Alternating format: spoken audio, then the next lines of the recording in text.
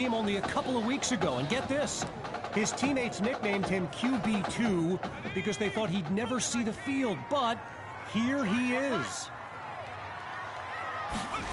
Baptism by fire, they'll throw it here, and that's almost picked off. QB2 narrowly avoids disaster on his very first throw. Desperately in need of a score. Here's second down. Another chance to throw. Makes the connection this time. And he moves the chains. First down. You know, I gotta say, it's kind of odd seeing someone other than Tommy Matthews delivering these throws. I mean, he was basically the face of this franchise, in a manner of speaking. Back to you. First and 10, back to pass. Finds Patton on the slant. And he's tackled on the 50-yard line. So QB2 going to a familiar face there in Davion Patton. It was Davion who caught for QB2 during the tryout for Coach Fetu that earned him a spot on the team. They'll throw from the 50. Gets it to Patton. And he's tackled at the 38-yard line. A pickup of 12 yards, and they move the chains. Hawks lined up in the backfield. Looking to throw again. Ooh, and that's almost intercepted. While I've got a moment, I gotta give a quick shout out to my man Reggie Brown with the school newspaper here.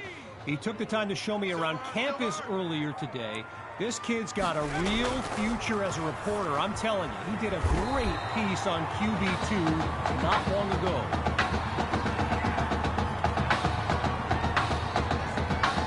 Just short of a first down. Here's 3rd and 1. Looking to throw. Here's QB2. Hauled in by Patton. And that's complete. Good for the first inside the 10-yard line.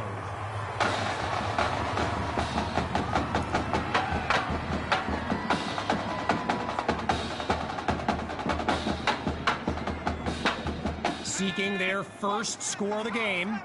It's 1st and goal from the 8. Looking downfield. Here's QB2. It's caught. Touchdown, Tigers. From a clipboard to the scoreboard, QB2 leads his team to pay dirt on his first drive of the game.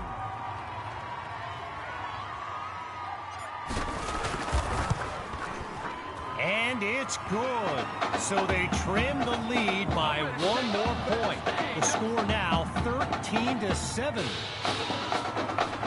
So an unexpected drive by an unknown backup we call QB2 leads the way to this kick.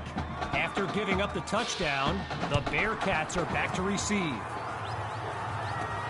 Fielded at the 6. And he's tackled at the 26-yard line.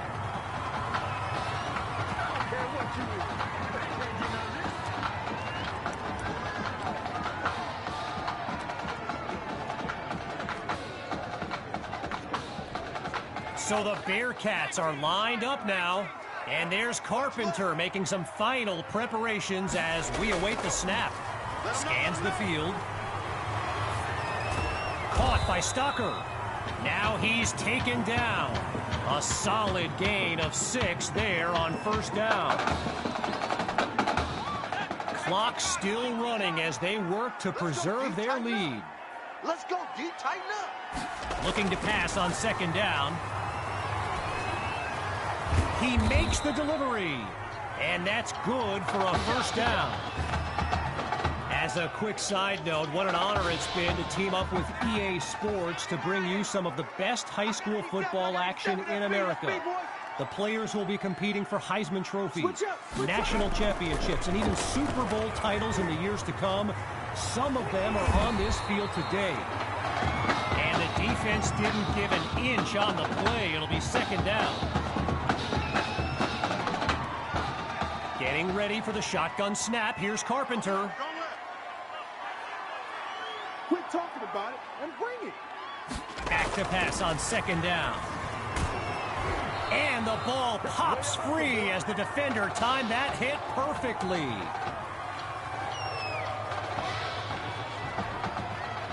A big play started the drive, but here they are suddenly facing a 3rd and 10.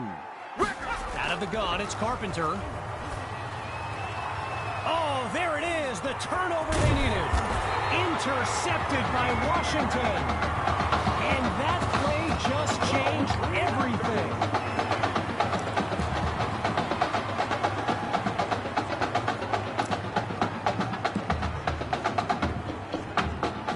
Now QB2 came off the bench to lead his team to a touchdown the last time out. Here's a chance now to prove it wasn't a fluke. Here's QB2 airing it out for Patton. And that's almost picked off. The safety nearly made the catch. Less than 2 minutes remaining in this final quarter. Here's 2nd down.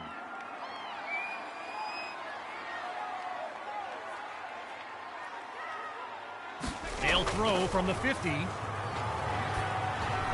And that's nearly picked off. But the drive stays alive. They've yet to go anywhere on this drive. It's 3rd down. He's back to pass. Lets one go deep for Patton. That's caught deep in Bearcat territory. And he's brought down at the 14.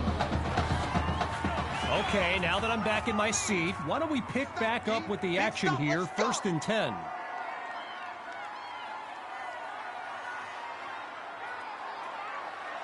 Now from the red zone, it's QB2. That'll be caught at the 9-yard line. Taken down as he makes the grab. A solid gain of 6 there on 1st down.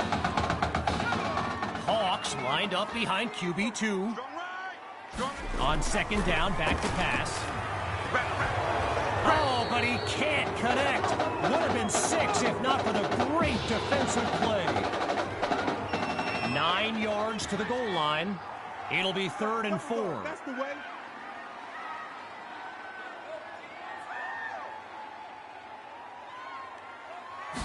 QB2 takes the snap. Pulled in by Maddox. And I don't think, no, it won't be enough for the first. He winds up about a yard short, and here comes 4th down. Ready to take a chance. It's 4th and 1. QB2 looks downfield. Oh, but it's off the mark. So that's the beginning of the end. It's merely a formality from here. This game is effectively over.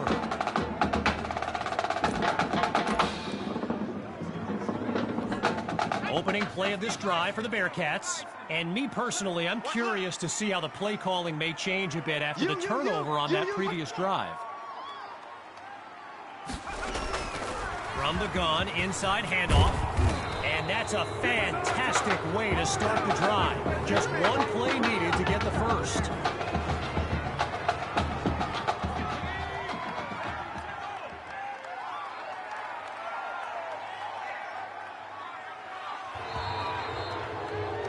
And that will do it. The Bearcats win. So as our EA Sports live stream comes to an end, I'm Kevin Connors, signing off. I'm going to be watching you. Not just with one eye, with both of my eyes. All right? Keep doing good work, and I'll be in... Hey, Grant Simmons, recruiting analyst over at recruitstowatch.com. Heck of a game out there tonight, son. Hey, you ever think about your future in football? Where you might want to commit to? Not really. I'm just kind of having fun out there. Yeah, I see you out there having fun. Well, look here, when you're ready, give me a call, all right? We'd love to add you to our site. My man.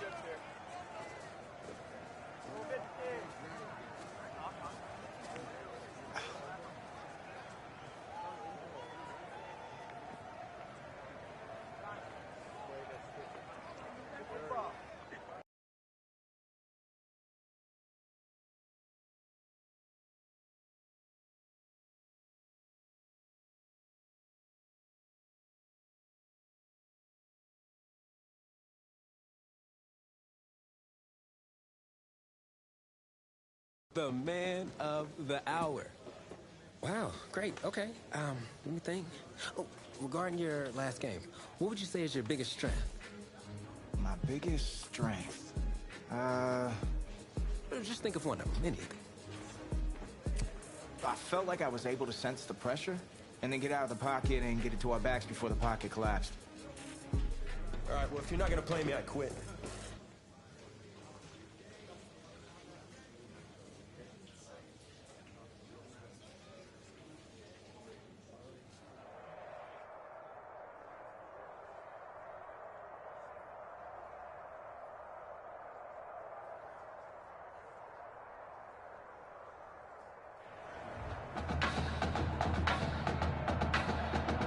Welcome to our EA Sports live stream from downtown Jackson, the home of the Mississippi High School Football State Championship and the host of tonight's clash between the Brush Hogs and the Tigers.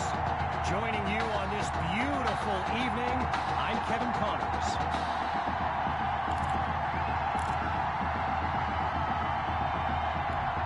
Well, the anticipation is over.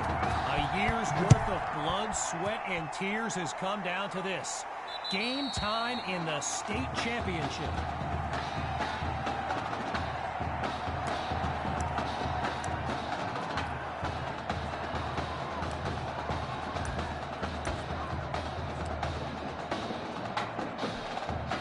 First play of the drive for the Tigers. And you know, with a state championship on the line, every drive can seem like it's the most critical. He's got it past the marker. First down, Tigers. As anyone knows, high schoolers and social media, it can be a recipe for drama. And Clay Rainey stirred up some controversy this week when he predicted a championship win for his Brush Hogs. You can imagine how well that went over with QB2 and his squad. Spoiler alert, not well. Lined up in the backfield, there's Sammy Hawk. On second down, he'll drop back. Forces that throw, and it's intercepted. And they'll have it at the 45-yard line.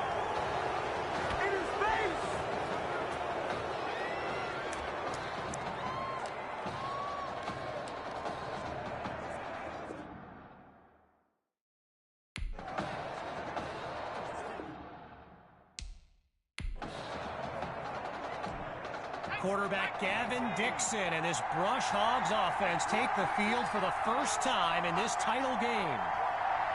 Back to pass on first down. And he makes the catch. And they'll bring him down at the 40-yard line. Well, for the Brush Hogs, this game marks a return to the state championship. It's a chance for redemption after losing a blowout just 1 year ago in this very same stadium. The history they bring to this matchup adds a whole new dimension to this showdown. Meantime, they pick up the first through the air on second down. Here's Dixon to start the series. Finds Kirkpatrick on the slant. He makes the connection for the first and just 5 yards now to the end zone.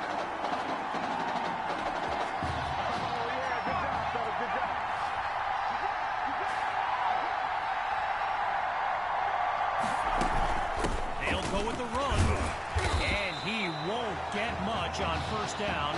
Wilson Silvers on the tackle. 3 yards closer to the end zone now. It's second and goal. Out of the gun, it's Dixon. Oh, the ball comes down. He's looking to go, but it doesn't result in much, just 1 or 2 yards.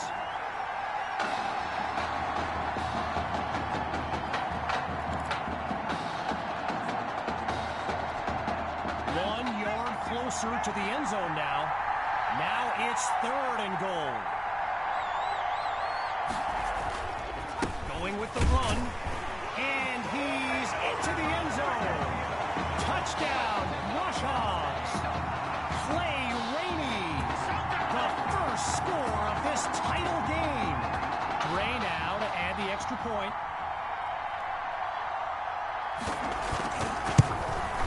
And that'll make our score 7-0.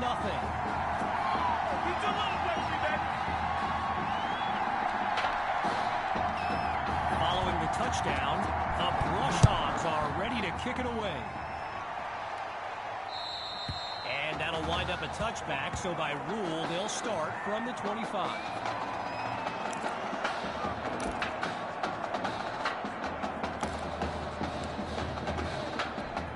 So the Tigers are lined up now, and all eyes are on QB2 as he gets set for this drive. I think every smartphone in the stands is pointed at that young man. Throws left, it's complete, and he's brought down at the 44. Okay, so you're hitting me up on social media wanting to know exactly what Clay Rainey posted, and it was an invitation to his championship party tomorrow evening. Yes. Very bold, and you know what? He was pretty quick to delete it, too. Back to pass, and they can't make the connection, so it'll be second down.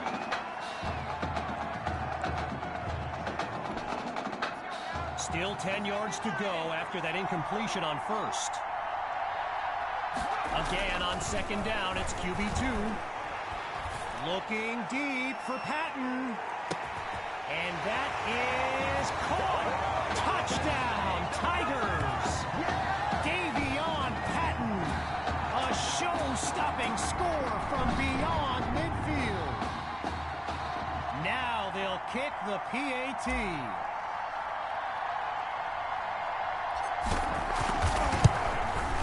And that'll tie things up as they prepare to kick it away.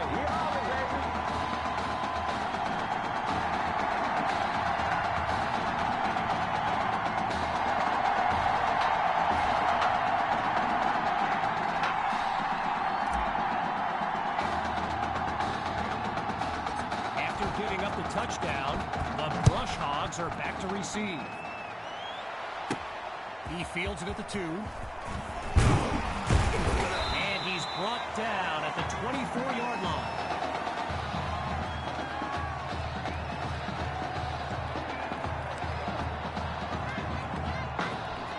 So the Brush Hogs are lined up now, and we've got ourselves a tie ball game as they open up this drive.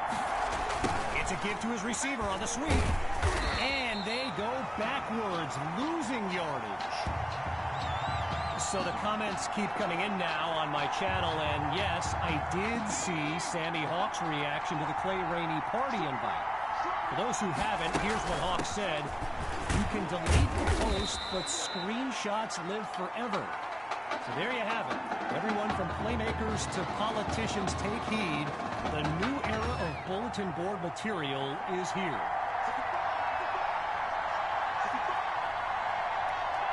On third down, here's Dixon. Now he tucks the ball, looking to run. And he gives himself up after picking up the first. A 27-yard gain and a big-time play. Operating now on the opposite side of the field. It's 1st and 10. Changing things up, looking to pass now. Oh, and he's brought down for a loss of yards.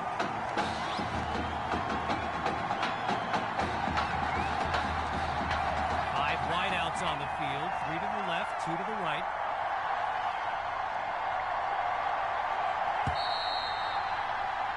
Before they can settle in for the snap, the first quarter will come to a close. 3 more to go in this state championship showdown.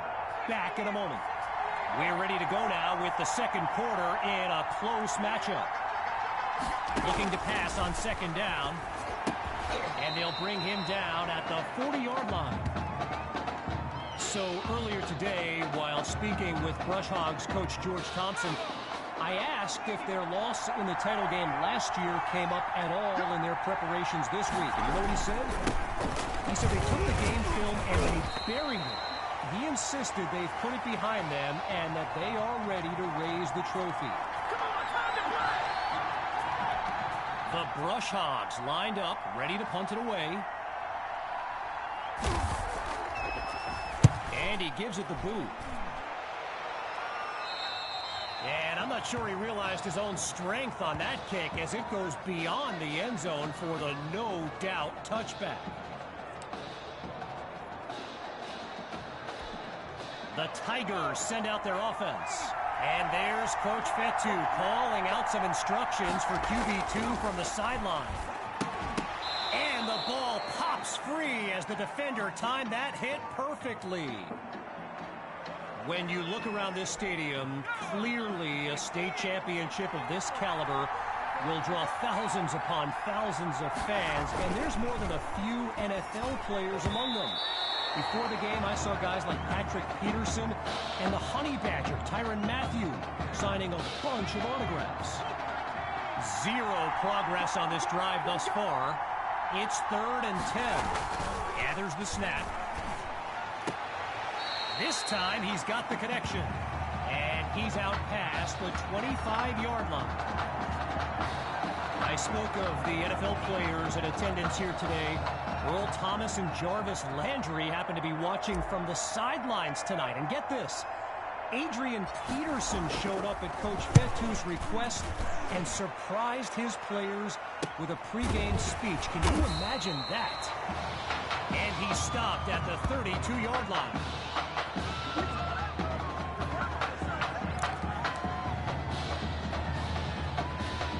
Here come the Brush Hogs to start the drive. And there's Dixon making some final preparations as we await the snap. Looking for a receiver. He's got a man. First down, Brush Hogs. Gavin Dixon, the field general of this Brush Hogs team and someone who comes from a family with deep ties to Nebraska football. His dad, Clyde, played running back for the Huskers, as did his older brother, Tommy. Mom, Olivia, was a star on the Huskers track team, so I'm not so sure Gavin has ever even considered going anywhere else.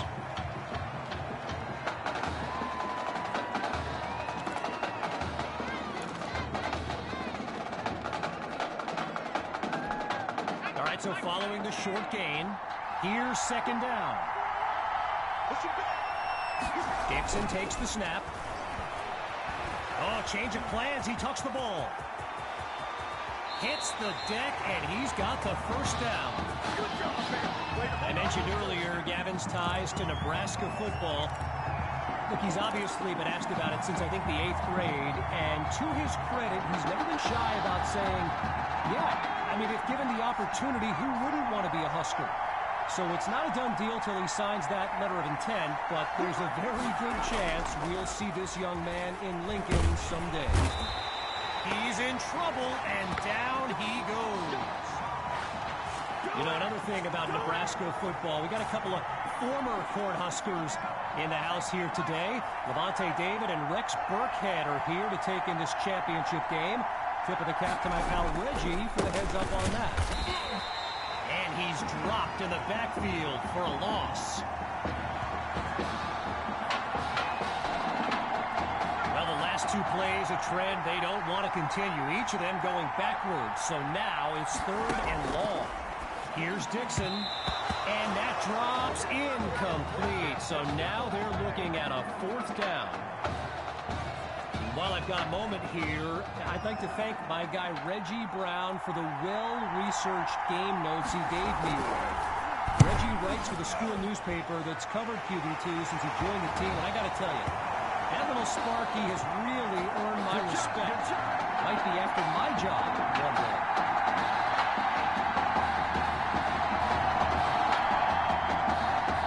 After giving up the field goal, the Tigers are back to receive.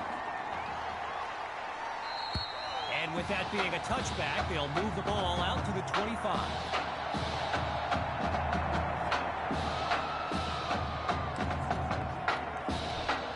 Opening play of this drive for the Tigers. And that clock is a factor as they look to advance down the field. They snap the ball. Spots his tight end, completes the throw. Tackled as he pulls in the ball. A solid gain of 6 there on 1st down. Hawks lined up in the backfield. to throw on second down. Here's QB2. Finds Patton on the slant. And he's down at the 45-yard line. All right, so here's the thing. In today's era of 4 and 5 wide sets in high school football, with checkdowns to running backs and QB scrambles, Davion Patton is someone who continues to put up numbers in a system that's designed to spread the wealth. Pushing deeper into enemy territory. He'll throw again. Over the middle, it's complete. And he's got the first down.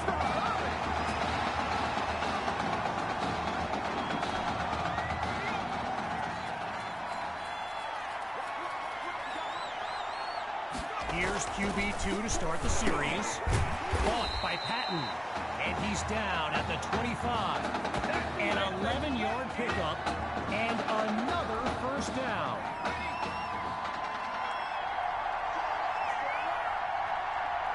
Here's QB2 to start the series. Gets it to Maddox. And he's past the 20 to the 17. A gain of 8 on the play.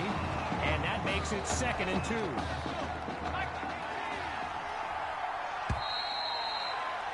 So, after 2 quarters of action, it's the Brush Hogs out in front. But we won't be gone long. Back after the break. We can only hope the rascals who pulled off that halftime prank are brought to justice. Either way, it's time to get back to the game. Here comes the second half. He fields it at the 2. Oh, and he was hoping for more as he gets taken down after an average return.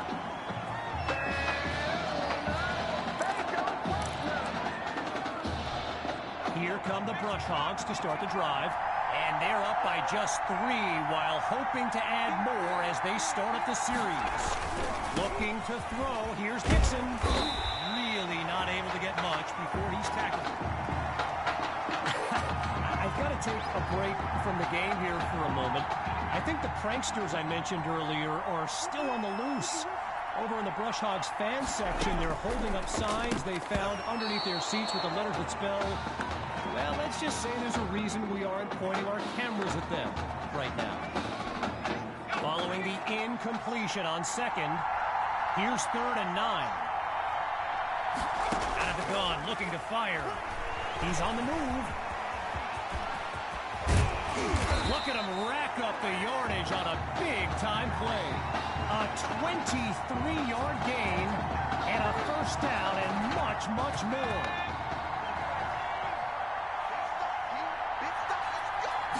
Here's Dixon to start the series.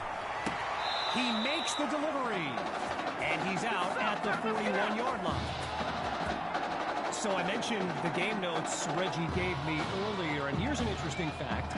Brush Hogs head coach George Thompson once played Coach Fetu in a football game back in college. Now, it wasn't for a championship, but Coach Fetu's Trojans won that non-conference showdown. Amazing how we've come full circle here today.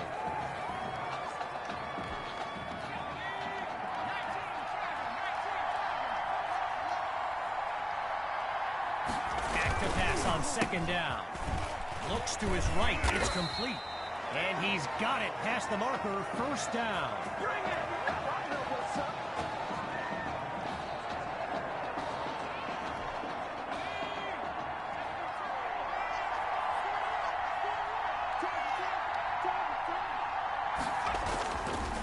They'll go with the run.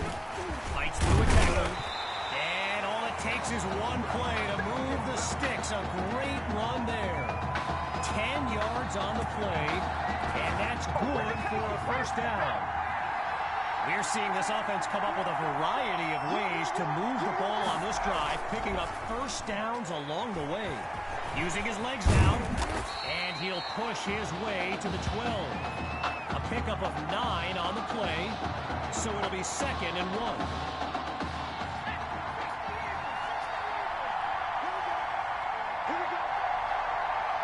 From the gun, it's Dixon. Caught at the 6.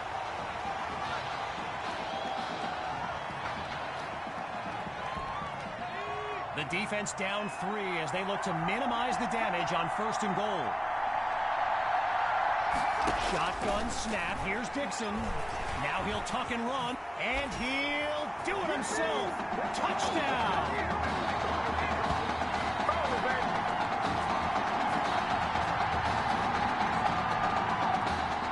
And now it's time for the extra point. And he knocks it through. The advantage now 17-7. Ready now for the kick.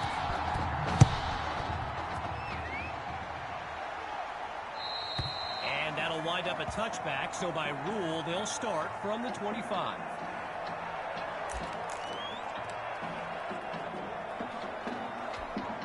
Opening play of this drive for the Tigers. And you can see it in their eyes. They look motivated to close the deficit on the scoreboard. Surveys the field. But they can't make the connection. Attacked the secondary to start the series, but they couldn't make the connection. Still 10 yards to go after that incompletion on 1st. Still looking to throw. It's QB2. Goes deep with this throw. He caught it. A thrilling play that gets the fans on their feet. Another 1st and 10, and even more of a threat to score now. Inside the red zone, it's QB2. Goes to his left, it's complete. And he's got the 1st down just outside the end zone.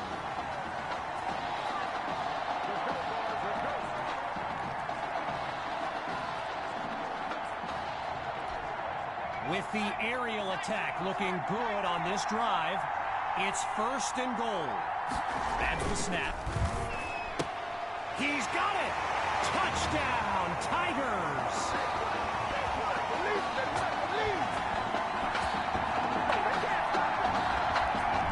Myers is on now for the PAT.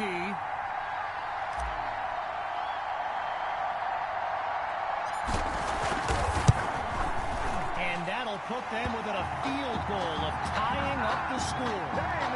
The tally now 17-14.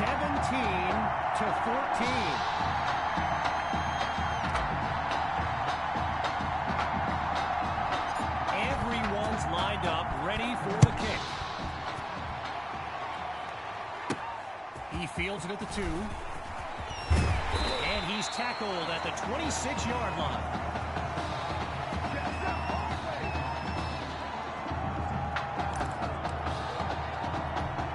Here come the Brush Hogs to start the drive, and they're down by a field goal as we approach the 2nd half.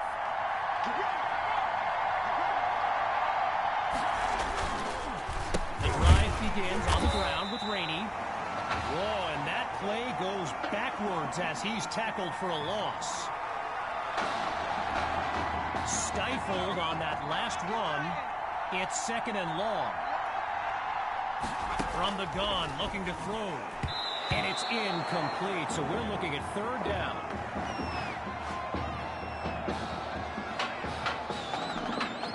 Working out of a hole now. Here's 3rd and long.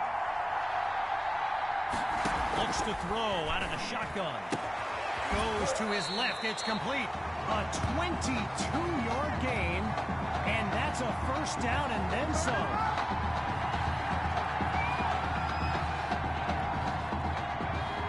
Rainey's lined up behind Dixon. They'll go with the run. Powers his way across midfield to the 48-yard line.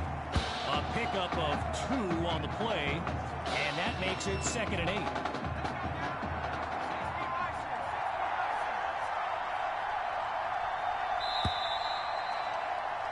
So that'll do it for this 3rd quarter of action. And with a championship on the line, all signs point to a thrilling conclusion. Don't go anywhere. Now they'll throw from the gun. A quick hitter for the completion. And he comes up with a 1st down.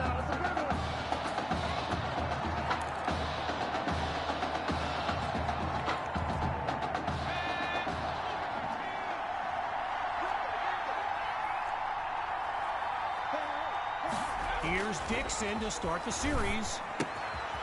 Now he finds his target on the out route. Touchdown! Tyrus Poole!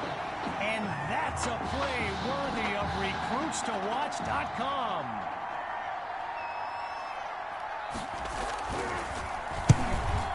And the point after attempt is good.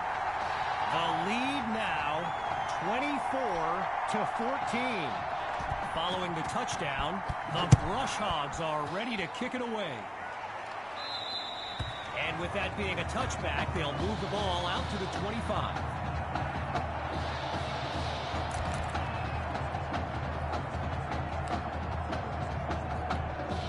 Really needing to chip away at this deficit. It's first down. Throwing to start the drive. Here's QB2. Delivers the ball, and it's complete. And he's tackled at the 36-yard line.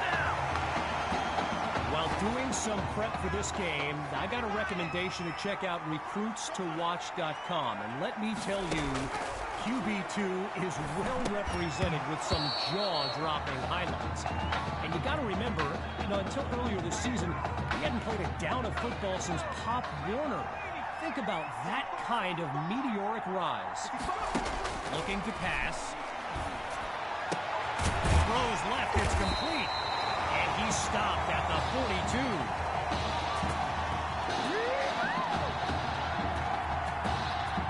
Lined up in the shotgun.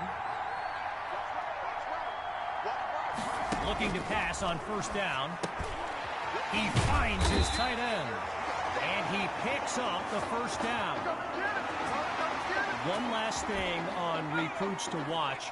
You can go to the archive and watch videos they have on players that are now in the NFL. I highly recommend you search for DeAndre Hopkins and Le'Veon Bell's highlights. And it's like watching someone play Madden. You know, Madden, the video game. Madden. The fake to Hawk, QB2 to throw. It's caught at the 2. And now just a couple yards separate them from pay dirt.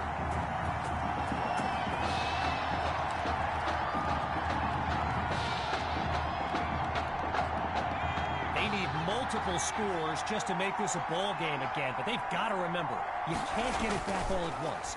Can they chip? Hauls it in the end zone. Touchdown, Tigers. Davion Patton, his second touchdown catch of the game.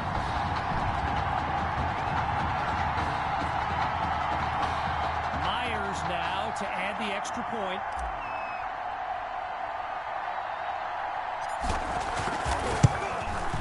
And that'll put them within a field goal of tying up the score. So the scoreboard reads 24-21.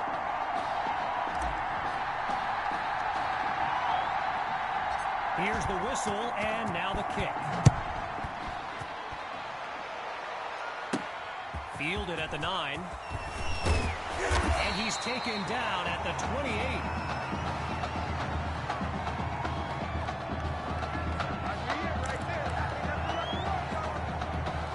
The Brush Hogs send out their offense. Let's see what the future holds on 1st and 10. Dixon looks downfield. Oh, there it is, the turnover they needed. And they'll have it at the 30-yard line. And that is a clutch play when his team needed it the most. First play of the drive for the Tigers. And this is excellent field position as they begin this drive.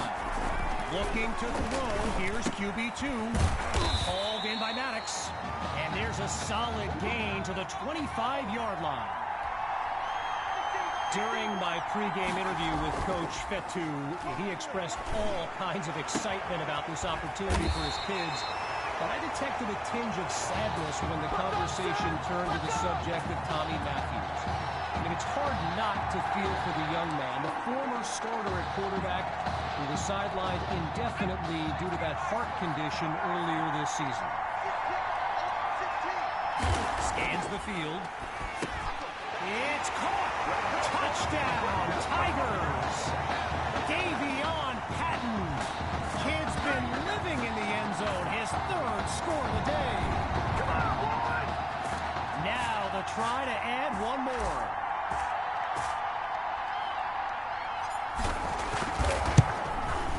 And the kick is good.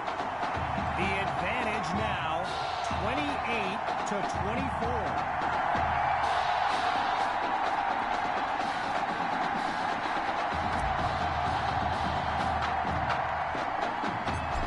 Comes the kick.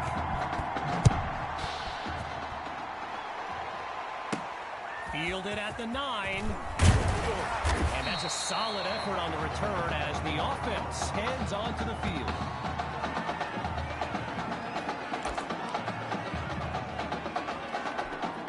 The Brush Hogs take over on offense. And you know, the interception on the previous drive may still be lingering in their minds. He's back to pass. And they're unable to hook up on that play. Here comes second down.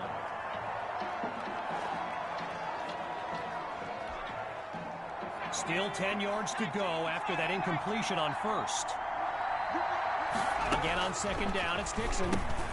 Sends it to Kirkpatrick. And he moves the chains. First down.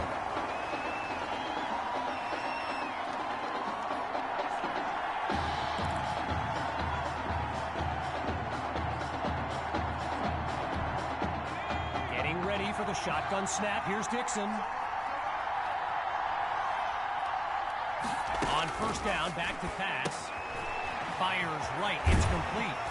And he's got it past the marker. First down.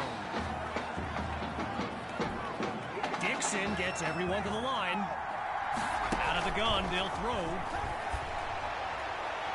And they can't make the connection, so it'll be second down.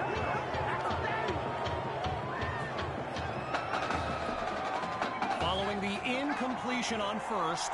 Here's second down. Again, he drops back. Gets it to Kirkpatrick. And he's brought down at the 29-yard line. 13 yards gained. Good for another first down. So they've got the first, but the clock's still ticking. Back to pass. Now he brings the ball down. He's on the move. And they finally make a stop after a big-time gain.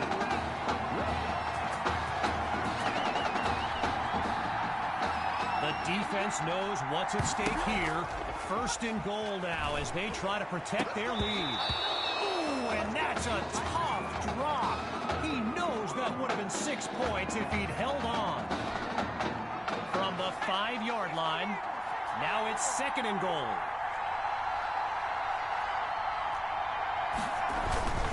Rainey gets the handoff.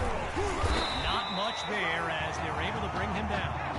2 yards closer to the end zone now. Back to throw. Here's Dixon. He's got it! Touchdown, Brush Hogs! Clay Rainey. 2 catches, 2 touchdowns. Talk about efficiency.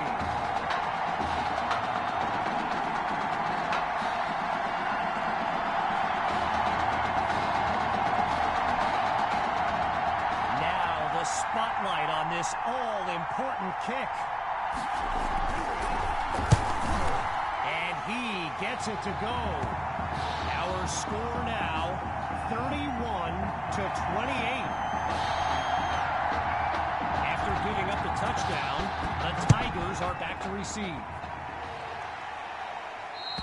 And that'll wind up a touchback, so by rule, they'll start from the 25.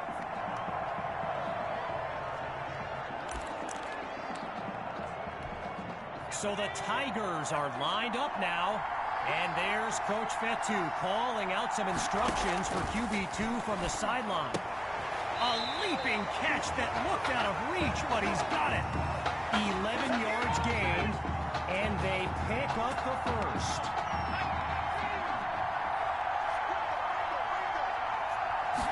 Shotgun snap. Here's QB2. Quick decision completes the throw. And he's stopped at the 44-yard line. QB2 calls out the play as he hurries his guys to the line. Complete to Maddox. And that's good for a first down.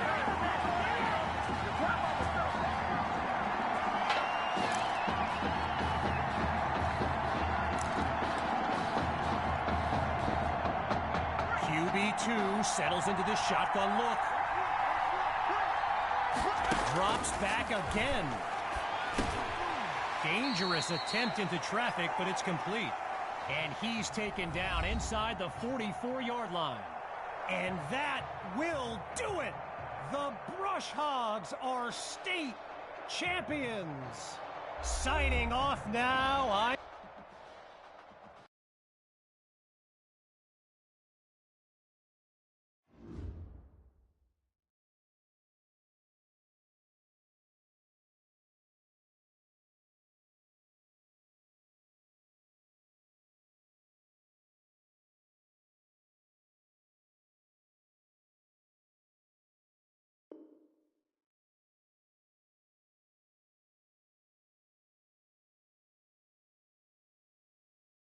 Right here, this is my favorite part. The spin move you do. Breaking that dude's ankles and the stiff arm, woo! Reminds me of my playing days, Samoan warrior style. It's too bad you stepped out of bounds. You could have scored a touchdown. Well, there's no way he could have dodged. Tommy, how the heck have you been? Hey, Tommy. How you feeling, man? Good. Got a clean bill of health. I'm ready to get back out there. Come on in, have a seat. Didn't think you'd be back. Trust me, I tried transferring. Doesn't seem like any other schools want to accept a perceived health risk. But I've got a clearance from my doctor, Coach. I'm ready to play. What do you think? It's only right you take your spot back.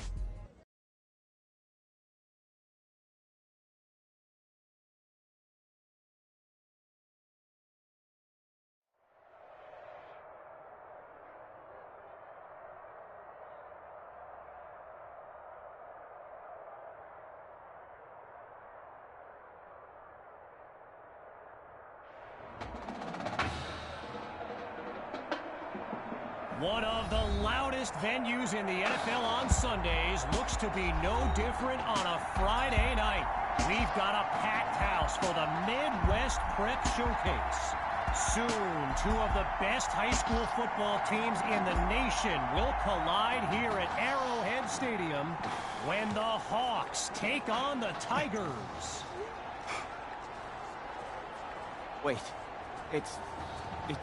you're? Yeah, rapper, producer, entrepreneur, Snoop D-O double G. Please believe it, that's me.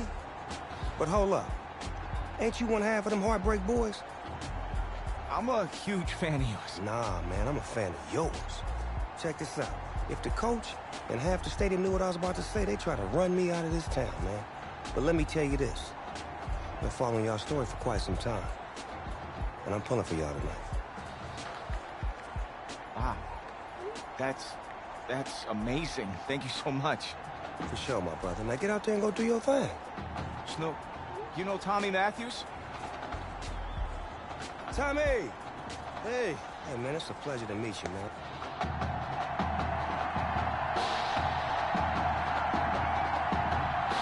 We're poised for something special as the Midwest Prep Showcase gets underway. And with that being a touchback, they'll move the ball out to the 25.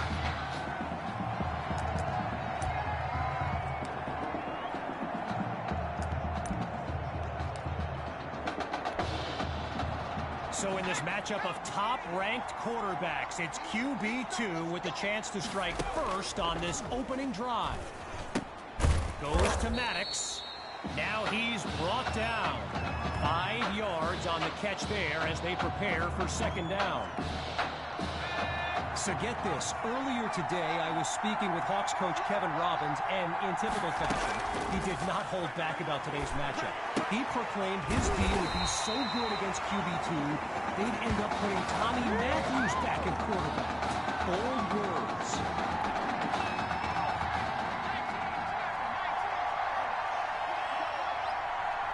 On first down, he'll drop back. Pulled in by Maddox. And he's tackled at the 46. All these kids so thrilled when they found out this year's edition of the showcase would be played at the home of the Kansas City Chiefs, Arrowhead Stadium. This is now a premier event on the high school football calendar. And he stopped at the 42. 12 yards that time. Good for a new set of downs. Out of the gun, it's QB2. And they're unable to hook up on that play. Here comes second down. Apparently, the kids on the field weren't the only ones thrilled about this game being at Arrowhead. We've got an incredible turnout for one of the most hyped matchups of this season. Here's QB2. He gets it to Matthews. And wow, listen to this crowd. I mean, if that doesn't give you goosebumps, everyone here well aware of his story with a heart condition. Talk about a moment. Back to pass on first down. Finds his man, and that's complete. And he's brought down at the 14. Lots of success through the air on this drive. Here's second and inches. Looking to throw again. And the ball pops free as the defender timed that hit perfectly. Let's see if they follow up the pass play on second and inches with something on the ground here on third. QB2 takes the snap, and they're unable to make the connection. So here comes fourth down.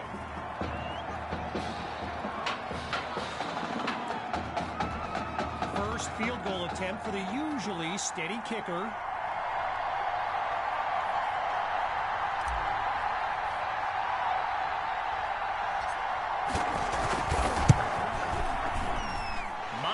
Kick is good, and they put 3 on the board.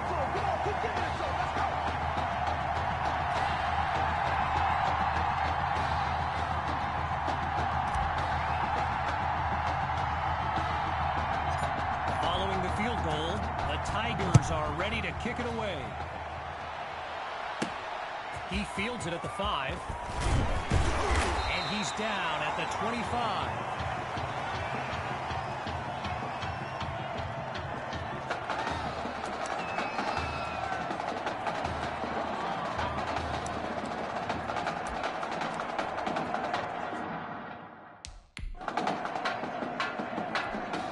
So for the first time in this showcase, we'll get a good look at quarterback Braxton Knight and this dynamic Hawks offense. They start the drive here with Grove, and he doesn't waste any time picking up the first. He opens that series with an excellent run. Arrowhead Stadium, one of the best venues in all of football. And you know who loves it here? The coach, Jonathan Coachman. Big-time Chiefs fan. He's a Kansas native. In fact, I wouldn't be surprised if he's in the house today. Brushes it off, and that's a solid pickup before he's finally taken down. 16 yards gained, and they move the chains. Working now from the far side of the logo, here's the start of a new series. Looking to pass on first down. And he's brought down at the 37. Braxton Knight, easily one of the best quarterbacks in the nation, hasn't faced a double-digit deficit since he became a starter last season. And when he gets this offense clicking, it is a sight to behold. Oh, boy, and that'll set them back as he's tackled for a loss. Looking to convert once again. It's third down. Working from the gun, here's Knight. And that'll be incomplete after a timely play to force a fourth down.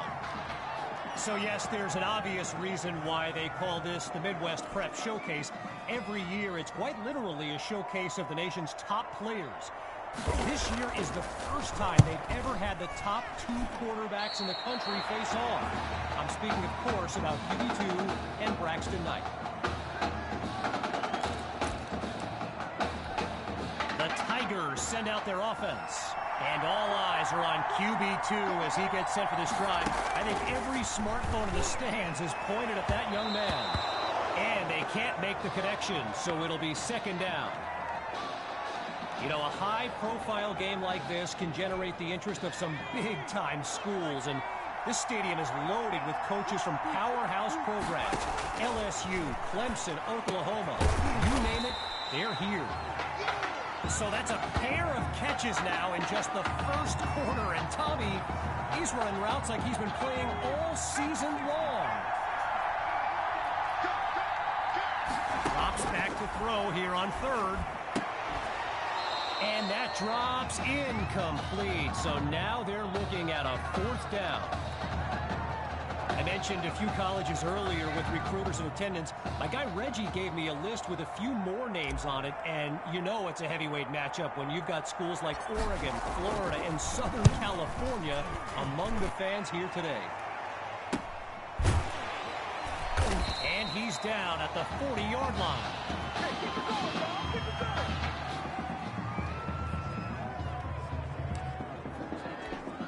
The Hawks send out their offense. Let's see what the future holds on 1st and 10. The drive begins on the ground with Grove. Now he's taken down, but not before coming up with a first.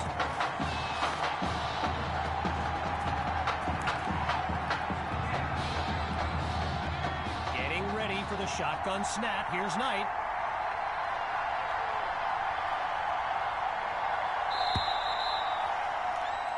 Before they can get off the snap, we've arrived at the end of the first quarter. And after a short break, we'll begin Chapter 2 of the Midwest Prep Showcase. So we'll pick back up with the action here in the second quarter as we await the snap on first down. Looking to throw, here's Knight. Absolutely nowhere to go, and he eats that sack. Gotta share a quick story. All right, so I'm making my way to the press box before the game, and who do I see but the dog father himself, Snoop Dogg. And he's seeking out QB2. But here's the thing. Snoop is a diehard Hawks fan, which tells you just how magnetic QB2 really is.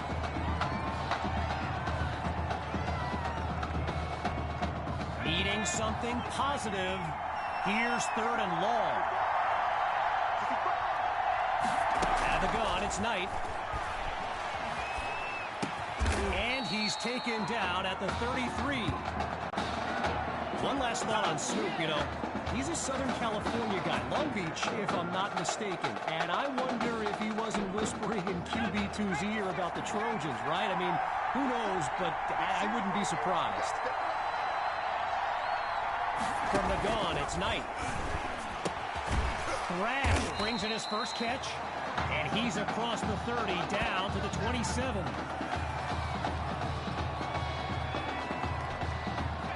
Five wideouts on the field, 3 to the left, 2 to the right. On second down, back to pass. He finds Thrash, and he's got the first down.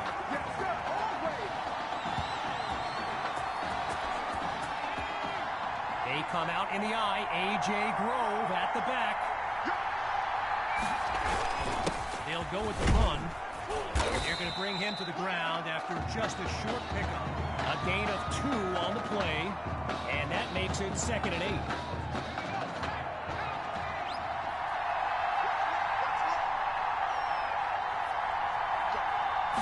Knight takes the snap. Into heavy traffic and is picked off. And they'll have it at the 4-yard line.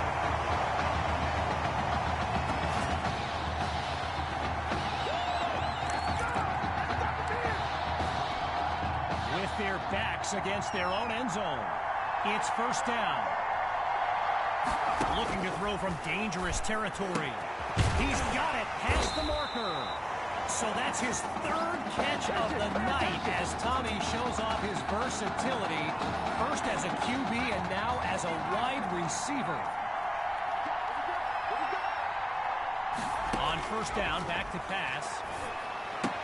And a great catch there on the sideline. What concentration by that young man.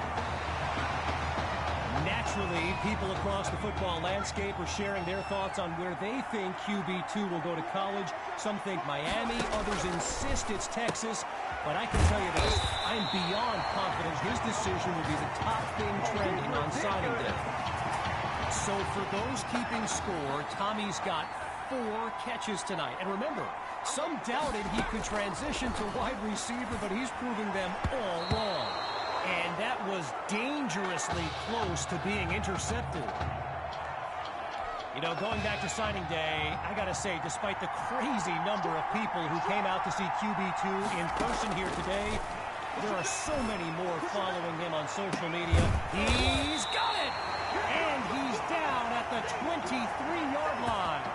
A 39-yard gain, and that's what the fans came to see. On first down, he'll drop back. And he can't make the connection. It's incomplete. And it was only a matter of time, right? Reggie just told me the hashtag QB2 to the U is a thing. Gotta love social media. And let's be honest, you just know Miami's been selling this kid on the incredible tradition they have at the QB position. Man, how quickly things can change. A pair of incompletions has them facing a 3rd and 10 after a promising start to this drive. And they're unable to make the connection, so here comes 4th down. Outside of the classroom, a different kind of test for this kicker.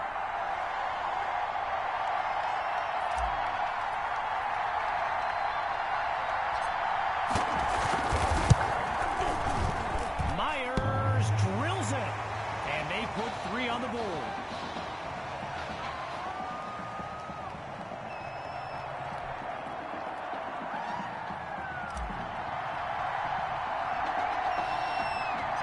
Ready now for the kick. He fields it at the 5. And he'll be brought down after finding a bit of room up the field.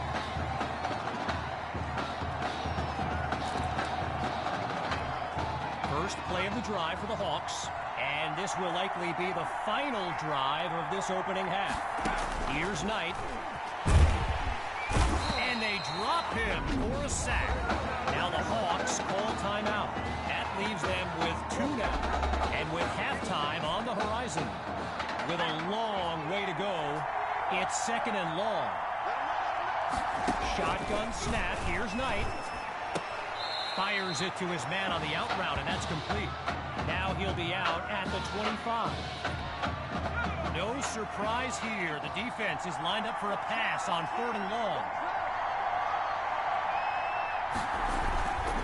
Knight hands it to Grove. Pushes through contact. And a nice pickup there, but it's not enough to get past the marker. 4th down on the way.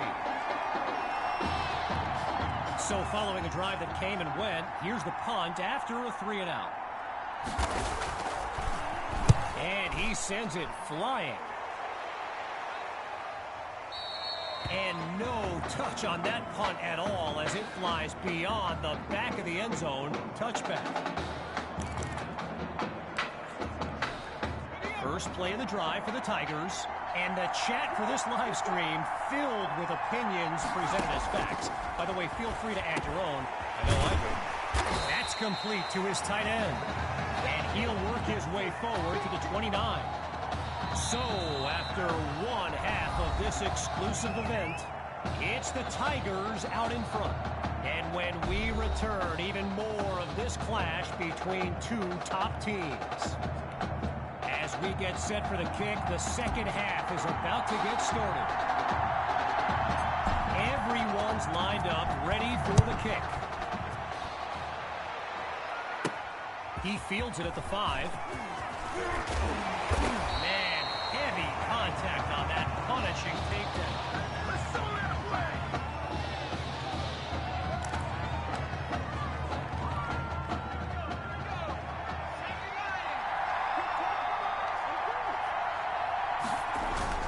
The Central Hawks start the drive with Grove. And he'll scoot his way forward for a solid gain. So let me just take a moment to say here, when you stand next to some of these young men as I have, they look ready size-wise for the next level. I mean, some of these kids are huge. And they bring him down after a short pickup. A gain of 3 on the play, so it'll be 3rd and 1. Getting ready for the shotgun snap. Here's Knight. Going with the run on 3rd and short. Now he's stopped after coming up with the first down. I mentioned it a little bit earlier, the size of some of these kids. Just take a look at Kelvin Thrash, number 87, the Hawks tight end. He could suit up for a primetime college game tomorrow, no problem, and not get thrown around. Picks up a nice chunk of yards before he's brought down. Just short of the marker. It's 2nd and 1.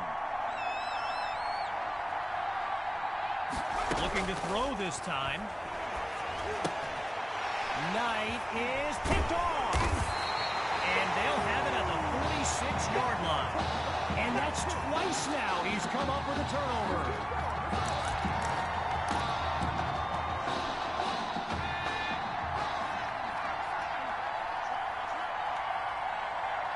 Throwing to start the drive. Here's QB2. Spots his tight end, completes the throw. And he's down at the 46-yard line. So Coach Fetu, spelled F-E-T-U, for the longest time I was pronouncing it Coach Feta, like feta cheese. So let's just say I'm thankful he's a forgiving guy for as big a guy as he is. And he's got it past the marker, first down. Boy, a brisk pace to this drive as they look to keep up the momentum. Back to pass on first down. Now he finds his target on the out route, and he's across the 30 down to the 27. Now going back to Coach Fetu, someone who is universally beloved by players old and new, but he's certainly got his quirks. If I gave you a dime for every time he said Samoan warrior style in a film study, I think you'd be a very rich person. So it's 5 now, count them, 5 catches in Tommy's first game back, and no one looks more happy for him than Coach Fetu. QB2 looks downfield, hauls it in the end zone. Touchdown, Tigers! They finally put one in the end zone.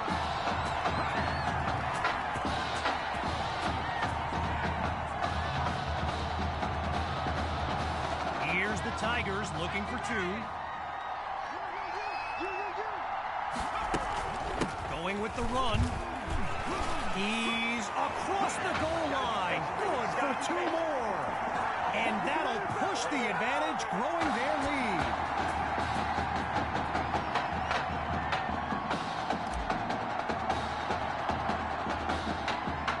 After giving up the touchdown, the Hawks are back to receive. He fields it at the 5. And he's taken down at the 28.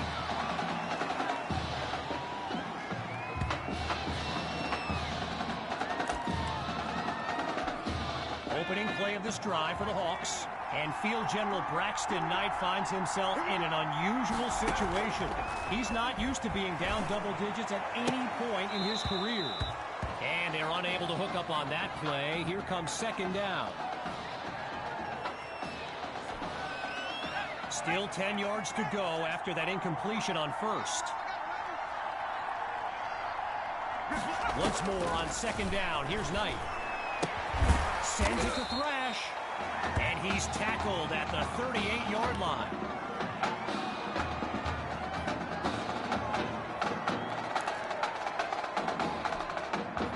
You can feel the desperation as the offense lines up on 3rd down. They're facing a challenging deficit. The rock goes to Grove. And that'll be good for a first down on a tough run up the middle.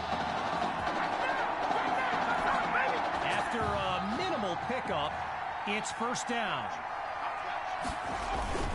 Grove gets another carry. they'll make the stop after a solid gain on the play. A pickup of 5 on the play, and that makes it 2nd and 5.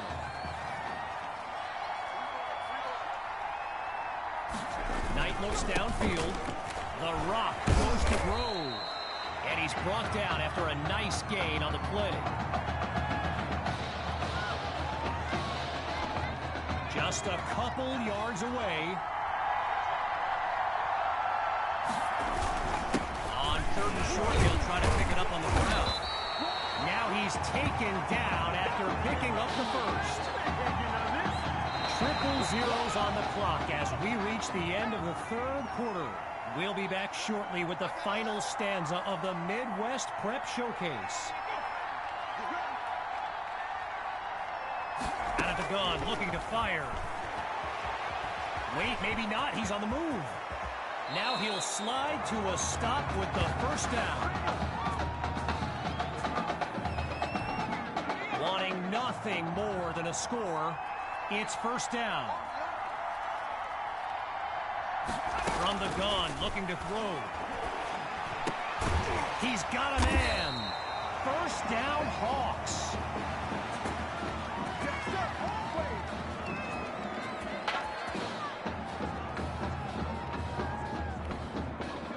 We're seeing this offense come up with a variety of ways to move the ball on this drive, picking up first downs along the way.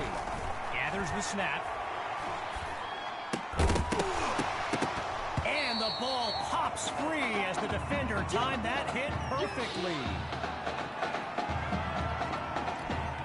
Following the incomplete pass on first down, here's 2nd down. Still looking to throw, it's Knight. He finds Thrash, and they're not able to stop him before he comes up with the first down.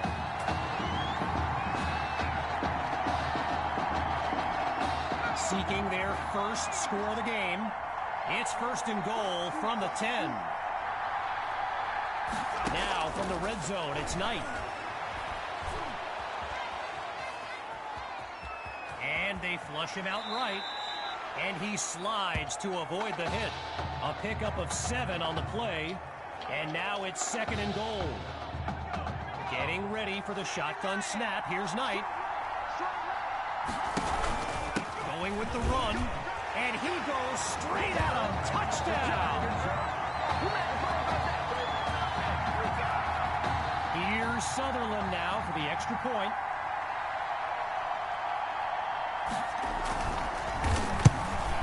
And this is a one-score game as we continue to make our way through this 4th quarter.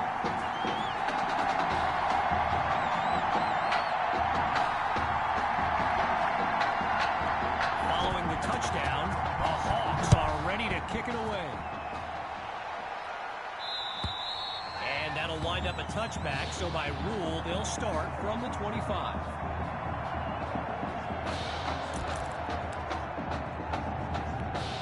So the Tigers are lined up now. And there's Coach Fetu calling out some instructions for QB2 from the sideline. Gets it to Maddox. They bring him down. A good pickup there. 8 yards leading up to 2nd down. Clock still running as they work to preserve their lead. From the gun, it's QB2. Fires quickly, and that's complete. And he comes up with a first down.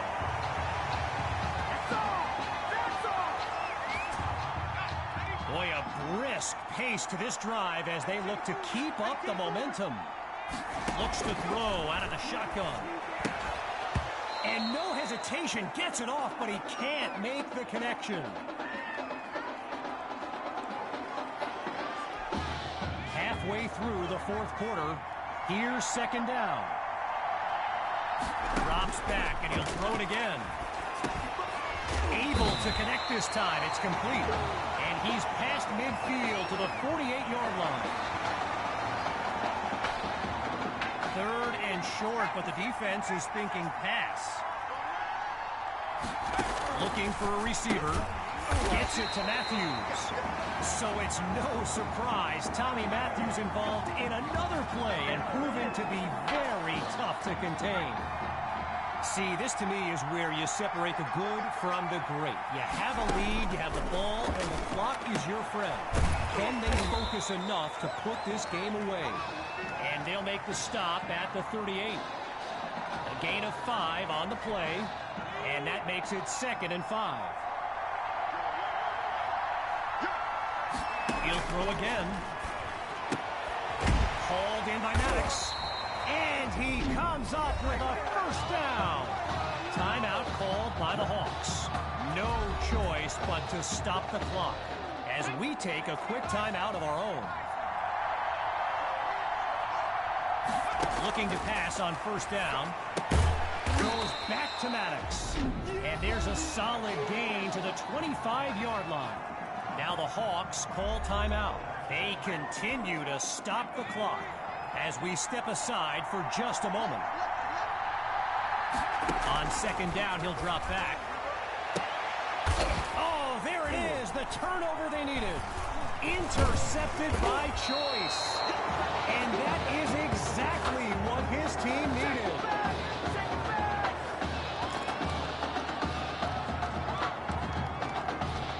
So the Hawks are lined up now, and they will have to be mindful of that clock as they chart a path down the field. Throwing to start the drive. Here's Knight. A quick hitter for the completion. And he's brought down at the 39. 16 yards that time, and that's good for a first down. Knight gets everyone to the line. Now they'll throw from the gun. Oh, change of plans. He tucks the ball. And now he'll slide to a stop with the first down. Clock ticking. They hustle to the line. On first down, back to pass. Now he tucks it. And they'll stop him after a minimal pickup. Looking to pass on second down. Now he moves out of the pocket. But he doesn't get far, just a yard on the play. Timeout called by the Hawks. They've got none remaining. As we make our way to the end of the Midwest Prep Showcase. Think about this team, and I remember thinking this back in the season opener. They just don't panic on third down. And that's been the case again here today. Cole's got it. And he's tackled at the 21. 17 yards on the play, and another first down. Getting ready for the shotgun snap. Here's Knight. Surveys the field. He's going to run. And now he'll give himself up past the marker. And that will do it. The Tigers win the showcase. On behalf of everyone at EA Sports, I'm Kevin Connors, signing off.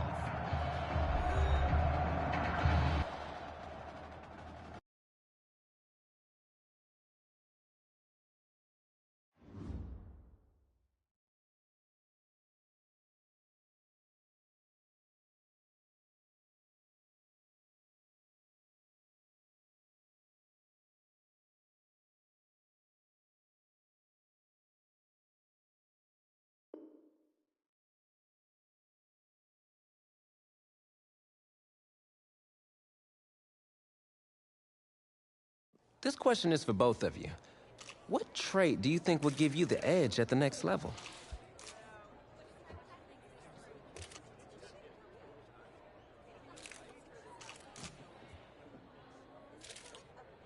I think my ability to quickly find the open receiver is what really sets me apart.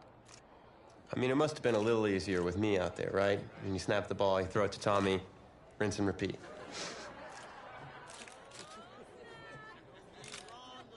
But seriously, though, the past 2 years have really put things into perspective for me, and thanks to this guy, I'm just fortunate enough to have the opportunity to go to college and further my football career.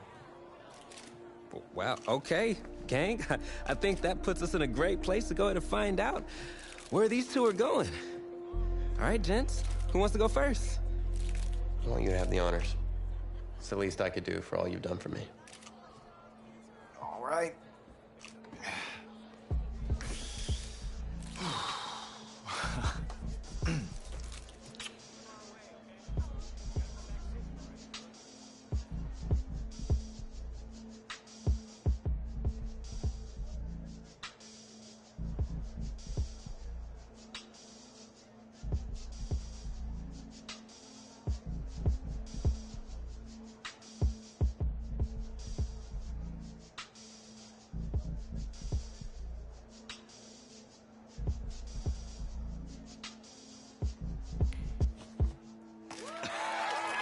Oh, wow, man.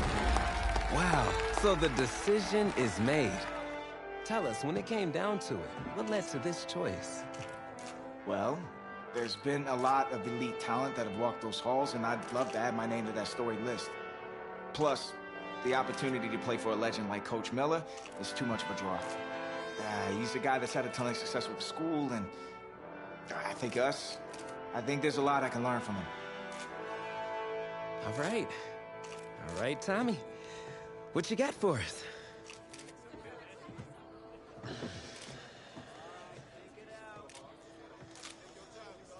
Let's see. Who's it gonna be?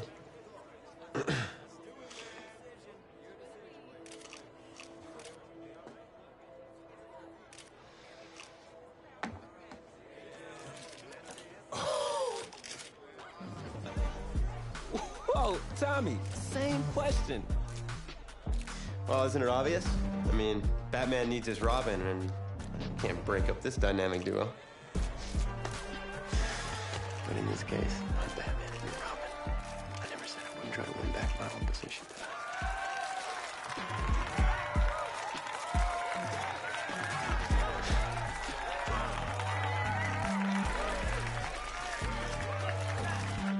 More details rolling in, everybody. On today's crazy news, Coach Miller is stepping down from his illustrious college coaching career, and in his place, the school is promoting hotshot defensive coordinator Red O'Brien. Now, Coach O'Brien has been all the rage for quite some time, sitting at the top of a ton of schools' shortlists for head coaching gigs, but it sure looks like he's just going to stay put and take over the entire program. But what I really want to know is what it's going to mean for everyone's favorite dynamic duo, the Heartbreak Kids. I know you've both been sitting patiently for the past 2 years, waiting for your shot, so I made a decision. Neither one of you will be starting.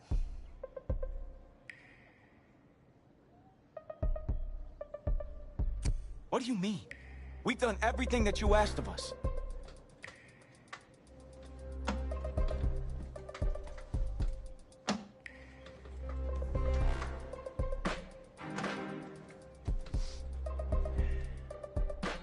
How many of those do you guys have?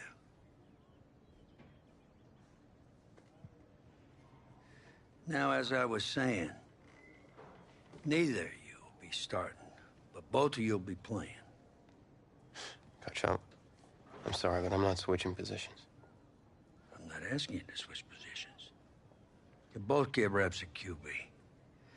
This is a defense-first team now, so I don't need your Heartbreak Kids nonsense.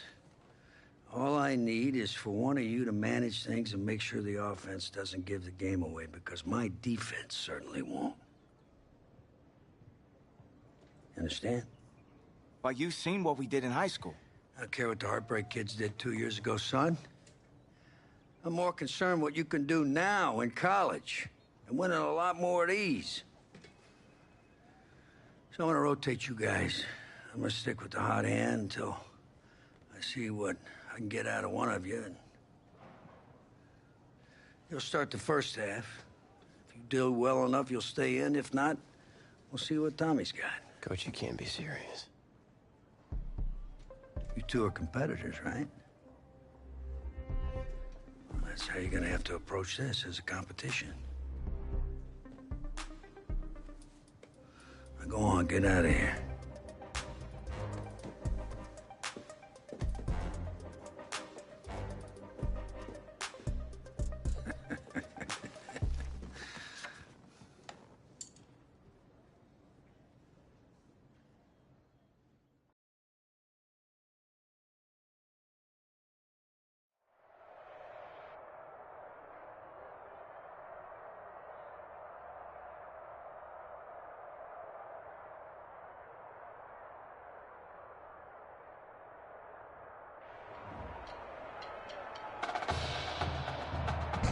EA Sports coverage of college football takes us to Miami, Florida at Hard Rock Stadium for the 2019 Kickoff Classic and an early season matchup of powerhouses. It's the home state Florida Gators taking on the Clemson Tigers.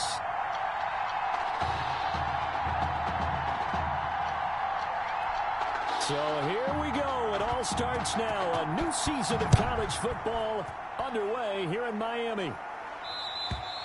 And they will not get a chance to return this one as it's through the end zone for a touchback.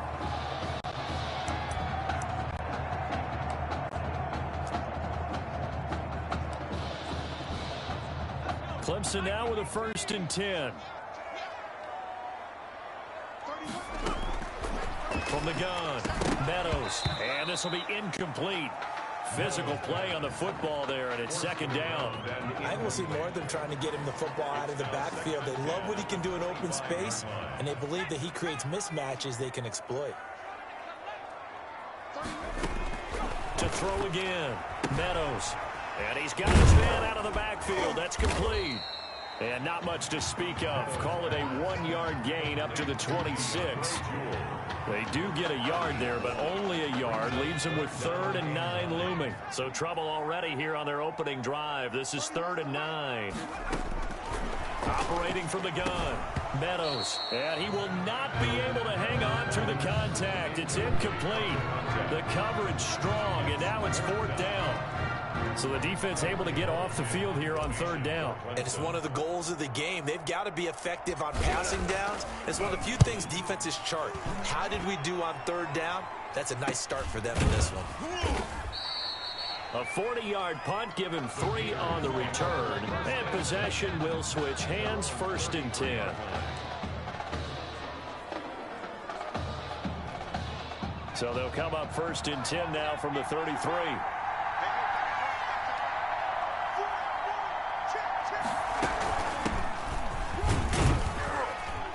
A 1st down run, good for about 3. 2nd and 7 coming up. Brandon, all things considered, they have to feel pretty good about getting that type of a gain, considering the blitz that they just had against them. On the ground, Ellington. And this winds up a pickup of 2, maybe 2.5 to about the 39. Brandon, one thing about blitzes, they really confuse offensive linemen at times, and what you have to do is lock in on the guy right in front of you. If you don't, you saw the end result. Defensive tackle ended up making the play. The open man is Smith. And he brings this up to the 46. Good enough for the 1st. That's good. And that one was a lot of fun right there because that was the game within the game. 3rd and short, blitz was on. What's the key for the quarterback? Get out of your hands in a hurry. And that was a quick little completion. Got the job done for a 1st down. Looking for more there on 1st down, but this throw downfield, incomplete. I'm not sure it made a difference on that play, but one thing to keep in mind, here in the early part of the year during a day game, the sun does play a factor on deep balls. On 2nd down, it's Jennings, and no room to maneuver there. Give him a yard up to the 47. They do get a yard there, but only a yard. Leaves him with 3rd and 9 looming. Brings up 3rd down and 9. To throw on 3rd down, White airing it out deep for Smith, and that is incomplete. Oh, he had a defender right there with him to force that to the ground, and 4th down now coming up. That's what you're going to need to do against those big receivers. You got to get in there and get physical with them. That time he got in close, got in tight, and knocked the ball away. And this is away. It's a high kick, and he got all of it. 1st and 10 at their own 26-yard line. The Tiger offense ready to get after it one more time. And they're coming off a 3-and-out, my friend. I think they've got to look at that play sheet and go to a spot that they haven't gone before. Time to shake things up a little bit to try and get this offense moving. Okay, so how do you do that? How do you shake things up?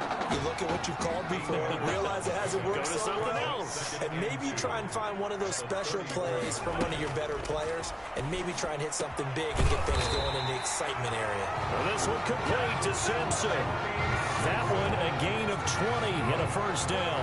These college offenses, Charles, so wide open. And there's an example right there that we just saw. Now, let me ask you, how does a college offense differ from an NFL offense, or does it? Well, it still does, Brandon, because NFL offenses, while they're continuing to embrace what the colleges are giving them more and more, they're still not playing as fast as a general rule. You know, most college offenses will run about 15 plays per game more than NFL offenses will. They'll take a few more chances in what they're doing, maybe try and isolate their star player a little bit better. Yeah, there's still some differences in what we're seeing, but for me, speed and pace of play for college offenses still ahead of what we see in the NFL. At the 9-yard line. From the gun, Meadows. That is caught at the 7-yard line. And from the 9, they get this to the 5-yard line. They'll contain him to just 4. Second down. Brings up second and goal at the 5-yard line. And oh, it'll be intercepted. Picked off with great anticipation. Well, certainly not a great throw there, but you got to consider his first start. It's the first quarter. Some mistakes are bound to happen. You got to wonder, though, is he pressing a little bit because he's got a pretty good quarterback nipping at his heels on that sideline. And you have to immediately start to wonder what he's thinking about right now because, let's face it, there's a lot of extra pressure going on here. Not only are you competing for a job, you're doing it against your high school teammate and your friend, and you got a head coach who comes from a defensive background. And typically defensive coaches tell you, don't make mistakes, offense.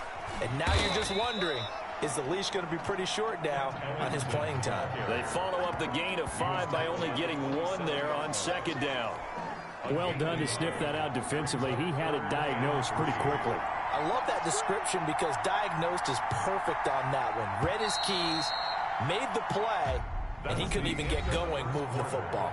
No score after 1 on EA Sports.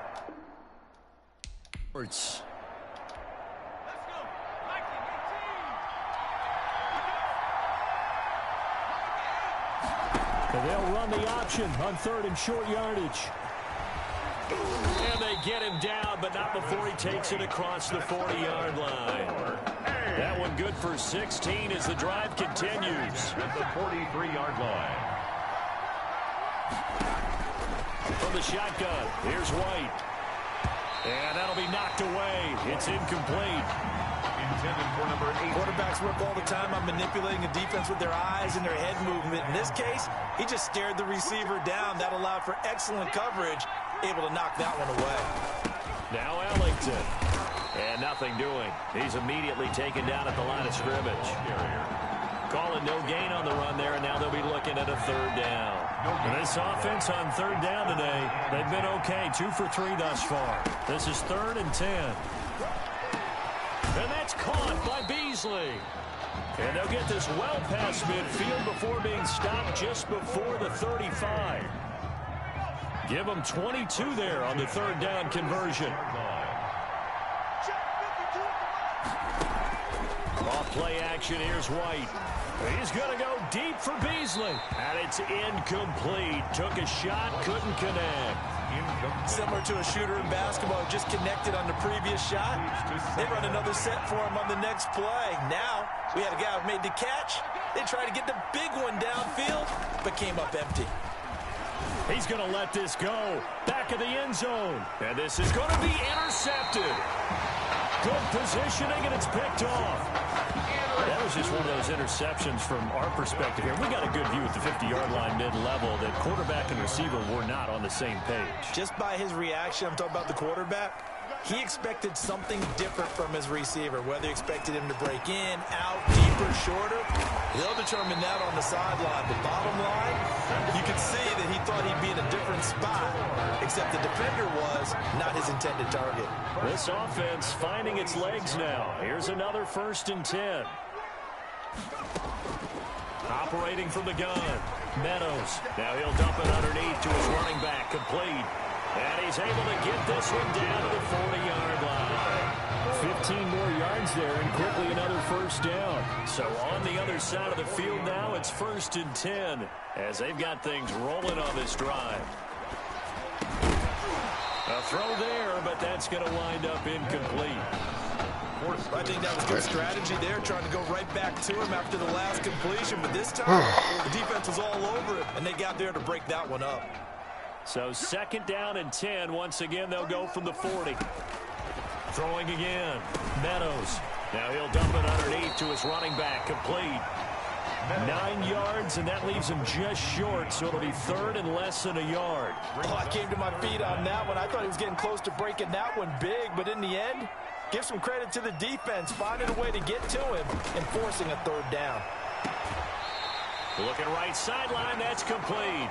Then he'll go out of bounds inside the 15-yard line. 2nd catch for him today, and it'll wind up a 1st down.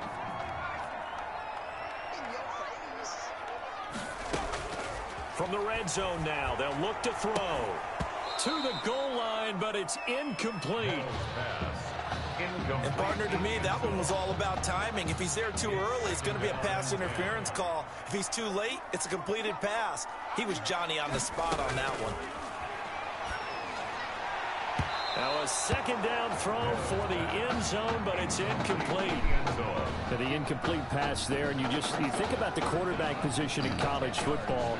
Kind of seems like once you get a guy developed, his 4 years are up just like that. He's off to the NFL, so what we're seeing here, a first ever college start at the quarterback position.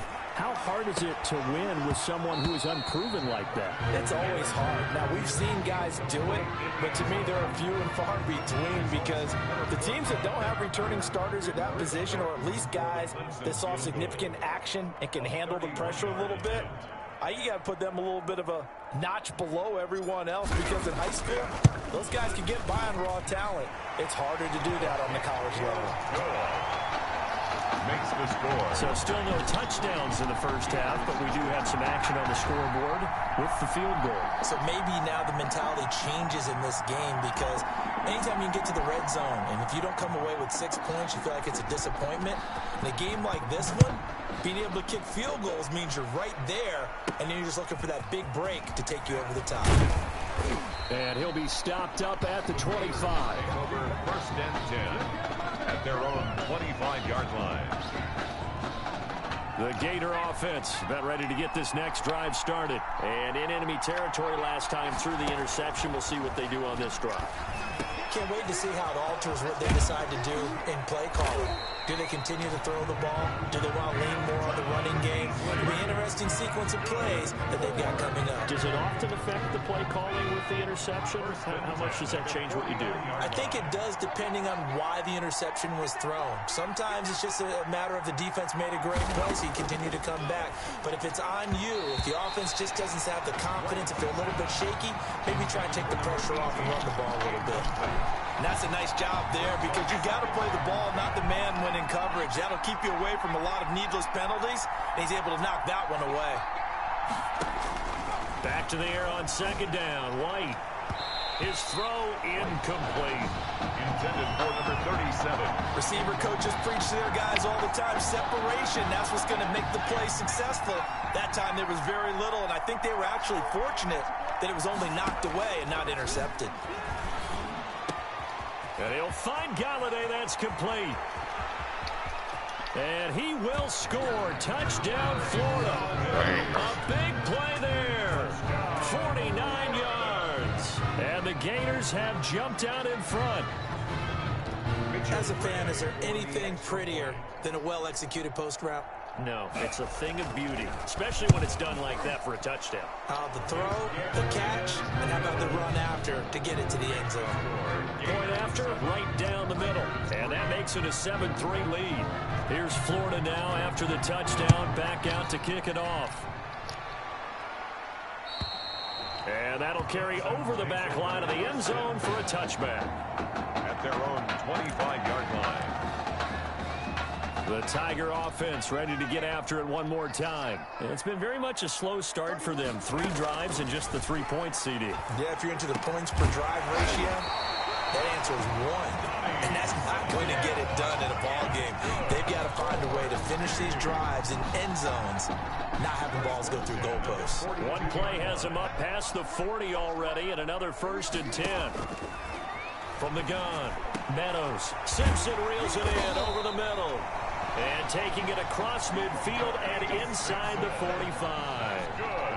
Give him back-to-back catches now. That one for 16 and another 1st down. Operating from the gun. Meadows over the middle, complete. That's Simpson. And he will have a 1st down here as they get into field goal range, down just shy of the 20. An excellent pickup of 20 yards. From the gun, Meadows. This is caught, and he will score. Touchdown, Clemson. A 22-yard touchdown grab, and Clemson has taken the lead. What a special moment for him, the first passing touchdown of his college career, and certainly a moment that he will never forget. And it always helps to get that first one out of the way, doesn't it? I know right now that he just wants to go and jump to the top of the stadium and throw his hands up and exult a little bit. But he's had a chance to prove that he can do it now. He got it done. It's been a long time in the making. Now he's just got to harness that emotion and continue to play. So after the touchdown, Clemson back out there to kick this thing away. This one fielded at the 5. And able to take it past the 25 and up to the 28-yard line. At their own 28-yard line.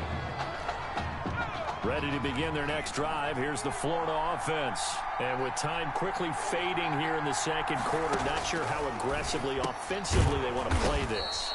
I think we'll find out just how much they trust their guys in this situation if they decide to take a shot. 2nd and 5 after the 5-yard completion on 1st down. And this time they'll just keep this on the ground. And he's going to have a 1st down, but not sure it'll matter as the clock will continue to run. Now another timeout called for by the offense as the clock will stop with 20 seconds to go in the 1st half. So here's a 1st and 10 at the 38. This is Ellington. And the running lane's non-existent in this 1st half as they'll stop him behind the line. Now the offense will burn their 3rd and final timeout as they'll stop it with 17 seconds to go in this 1st half of action. On 2nd down now. It's Jennings, and down he goes at the 45 after a pickup of 9. He was brought down at the 45-yard line. The final shot before break. White, and Jennings has it. And with that, we reach halftime in Miami in the opener to this college football season. Gators 7.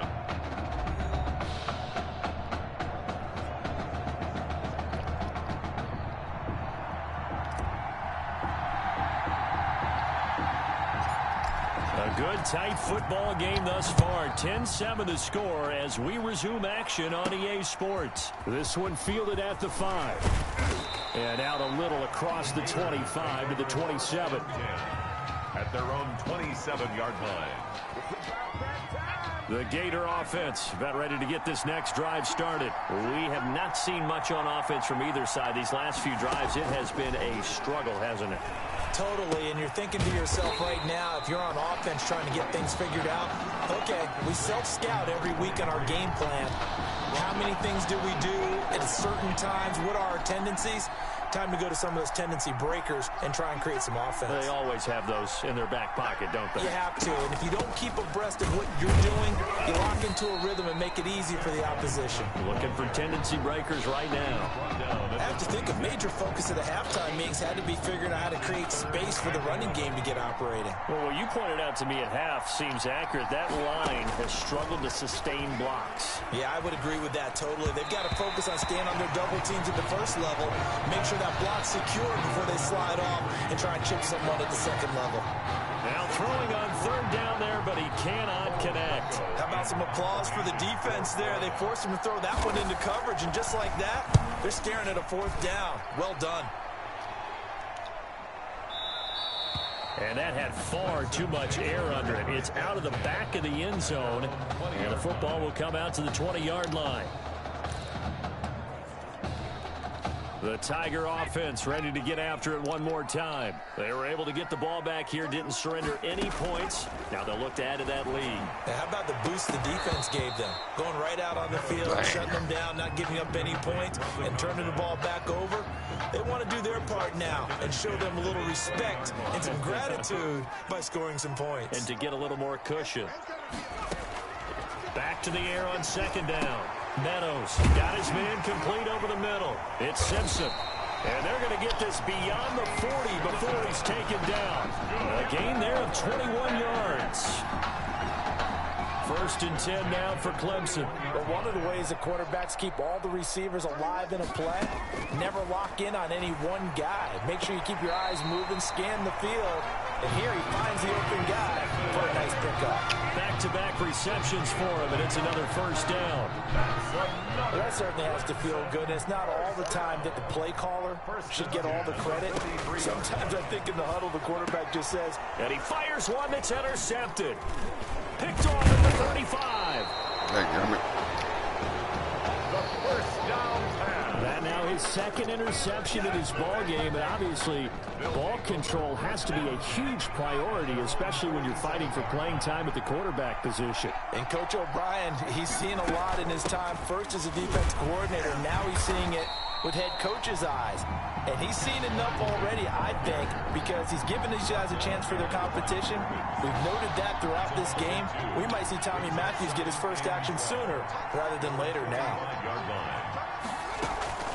Again, they run with Ellington. And a good stiff arm and some space to run. Past the 20. And he is in. Touchdown Gators. A great effort there. 55 yards. And the Gators have jumped out in front. I guess when you look back on it, it was just a matter of time until he popped a big one like that. And, you know, at halftime, you and I discussed it. They had done a nice job on him in the first half. But there were a couple of occasions where it felt like he might wiggle out of traffic and take it to the house.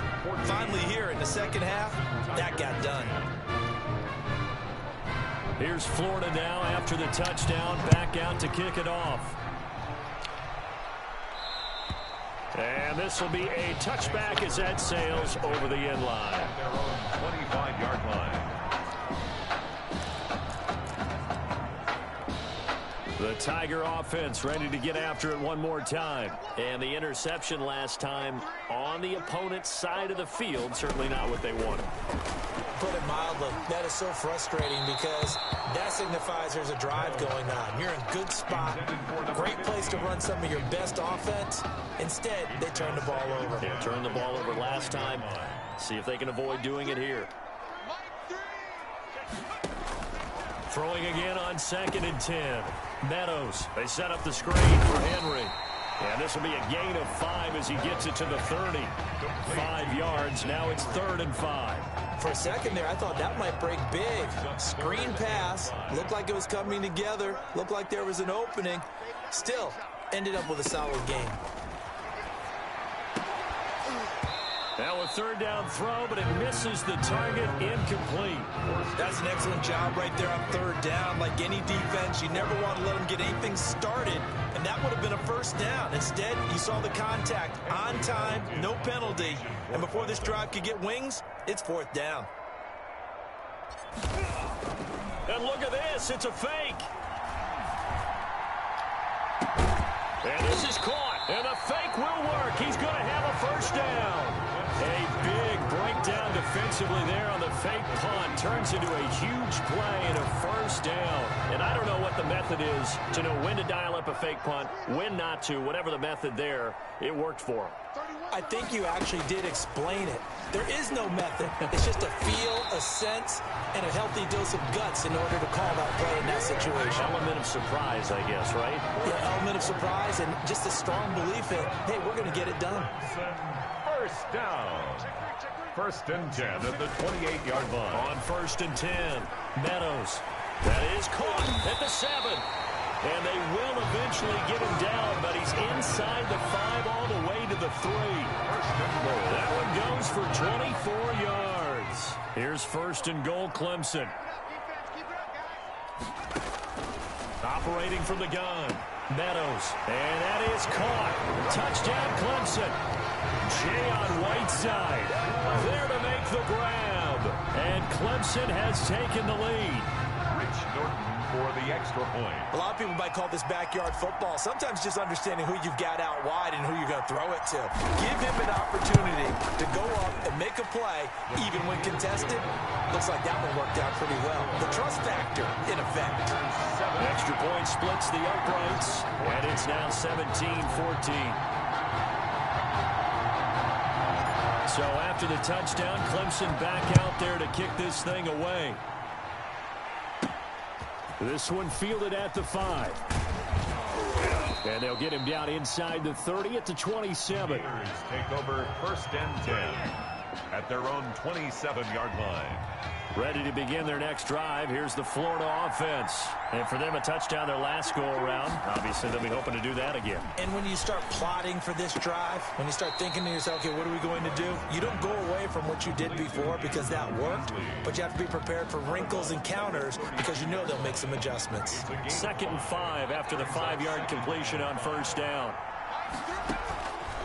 Out of the gun, it's White. And that'll be incomplete. Took a pretty good shot as he tried to pull that one in. Couldn't hang on, 3rd down. Even without a ton of pressure in his face, it just shows how difficult it is to pick apart his own defense. Those guys are sitting back, and they're not playing receivers as much as they're playing the eyes of the quarterback and when he delivers the ball. Hit from behind, and he's going to be driven down. That's a great job defensively. I think he was trying to go through his progressions, find someone to get rid of the football. Before he knew it, he was on his back. So that just brings us right back to what you said in the beginning. A great job defensively. Nowhere to go with the football. That led to the sack. He steps into this one, and this is a rocket. And that will go out of the back of the end zone. Way too much mustard. Not a good punt, and it will come out to the 20. 20-yard line.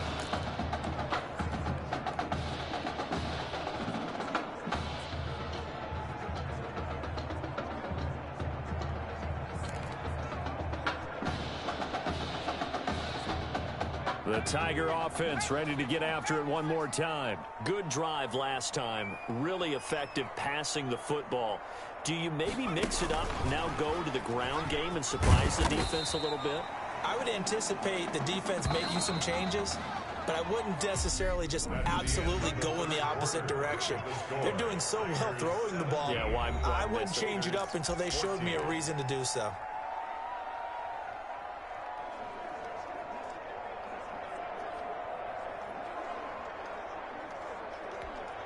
Now 2nd and 7 from the 23. From the gun, Meadows. And he gets this one just shy of the 40. They'll mark him down at the 39. 16 yards, a first down. Tell you what, he's been able to put the ball in some tight spots all game long. That throw, no different. Yeah, a lot of people would call it a gutsy type of a throw. I think he looks at it as, I can do it, so it's not that big of a deal to me, and I'm going to keep firing. And they've got it well across midfield, down to the 40 before it's all said and done. It's another first down on what will be a gain of 21 yards. Throwing on first down. Meadows. Oh, there's that man again. It's complete. And he's got this down almost to the 20 before he's dropped. Give him 17 yards that time as that'll move the chains. Some good games going on in the early window. This might be the best of the bunch. And this is caught at the 8. And able to get him down, but he does reach the 5. 17 more yards. They had 17 on the previous snap as well. So first and goal, 6 points here would go a long way toward wrapping this one up. Operating from the gun, Meadows. And look at this. They get the turnover they needed. It's intercepted. A great read, and it's picked off. A seismic shift in momentum here in the fourth quarter. That's the break that the defense needed. And you know as well as I do, people are going to question the play call in that situation. Sometimes you have to question the execution, not necessarily the call. And in this case, those defenders found a way to give their team a chance. And he's going to be brought down. Back at his own 6-yard line. Well, so much for setting the tone of the drive offensively. Giving up a big sack that loses that kind of yardage, not a great start. Under 4 to go now as the clock runs and they come up on 2nd down. Another try after the first down sack. White over the middle to Smith. And this one will go to the 28-yard line. A big gain there after going backwards, and that'll lead to a 3rd down. That's a good bounce-back play right there after taking a sack on 1st down. Didn't quite get it to the marker, but now they're in a much better spot for a 3rd and short yardage call. If you're the offensive coordinator, you like looking at that section a heck of a lot better than trying to figure out 3rd and long. A 3rd down gain of 3 yards, and that'll be enough. Line of scrimmage, the 31 now on 1st and 10. From the gun, White. That's taken in by the tight end, Perkins. That catch good for only a couple. Not a big window to throw. Coverage wasn't too bad there. Yeah, they had him under wraps pretty well, but somehow able to muscle his way open and catch the ball. So 2nd and 8 here after the pass play for 2 yards on 1st down. Operating from the gun, White. He checks it down here to Ellington. Give him 8 on the play, and that's going to make it 3rd down and less than a yard. And we see another pitch and catch there to the running back. This position just continues to evolve. They become just as critical to the passing attack as a lot of receivers, tight ends, because their ability to make people miss in the open field can really generate big plays for an offense. By the skin of their teeth, they are able to convert on 3rd and inches. Back to throw. They go screenplay with Jennings. White's pass. A good rally to the football keeps him to only a yard, and it's 2nd down. He's going to let it fly. And he knocks the ball away, and it falls incomplete. We've seen that the deep ball's been a part of their game plan all afternoon, but they've had trouble hooking up on it, unable to successfully find the end zone over the top.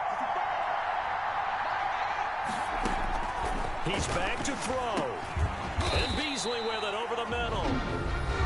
And he'll only get this to the 47. He needed a few more yards to pick up the first. 1 score down. Here we go. They're going to go for it here on 4th down. They'll look to throw. And that is incomplete. They had to go for it with such little time remaining. And the ball will go over on downs on the short side of the field. So now let's reset here, Charles. They do have 2 timeouts left, so they can stop the clock twice. This one's not quite over yet. No, and what you're doing on defense, you're going to use both timeouts, obviously. But you've got to call defenses are going to force the issue early, meaning you want that play over fast. You don't want to give them time to dance around in the backfield or run a wide sweep that'll take off time. Blitz them, put pressure on them, make sure that play ends quickly so that you can go ahead and keep moving. Not totally home free yet, but it's looking good as they come up 1st and 10. There's a ball thrown right side and complete.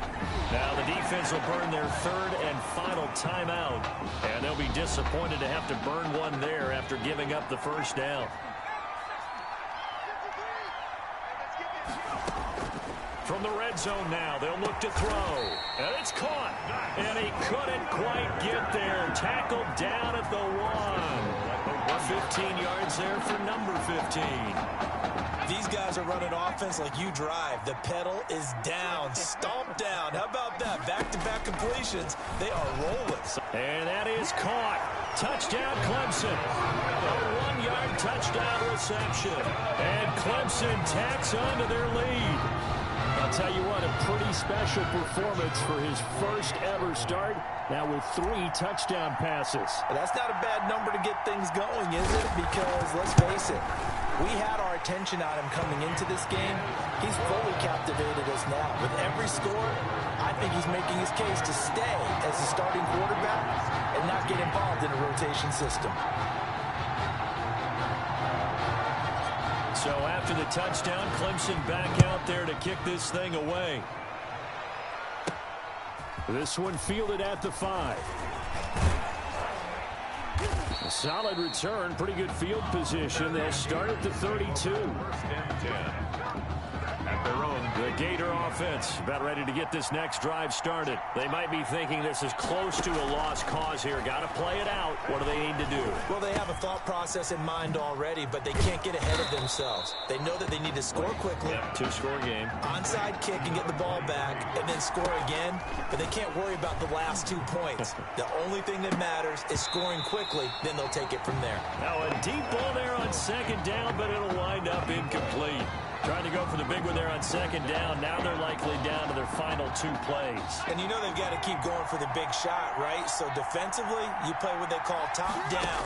Nothing behind you. Make everything get completed in front. And now the third down throw incomplete as well.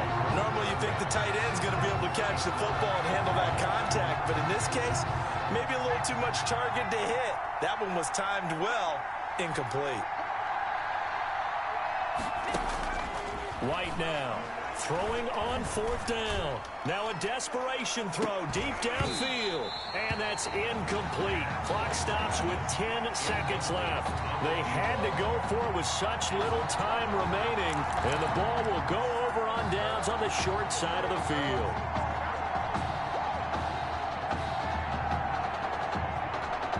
Clemson now with a 1st and 10.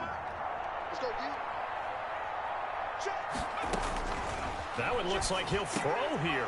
And his pass is intercepted for the 4th time today. Picked off at about the 31. Intercepted. They'll take over 1st and 10. So good starting field position for him here as they come up 1st and 10 at their 38. White. He's going to let it fly. It's caught inside the 25. Game over. Today's final score, Tigers 24, Gators 14. I won that one.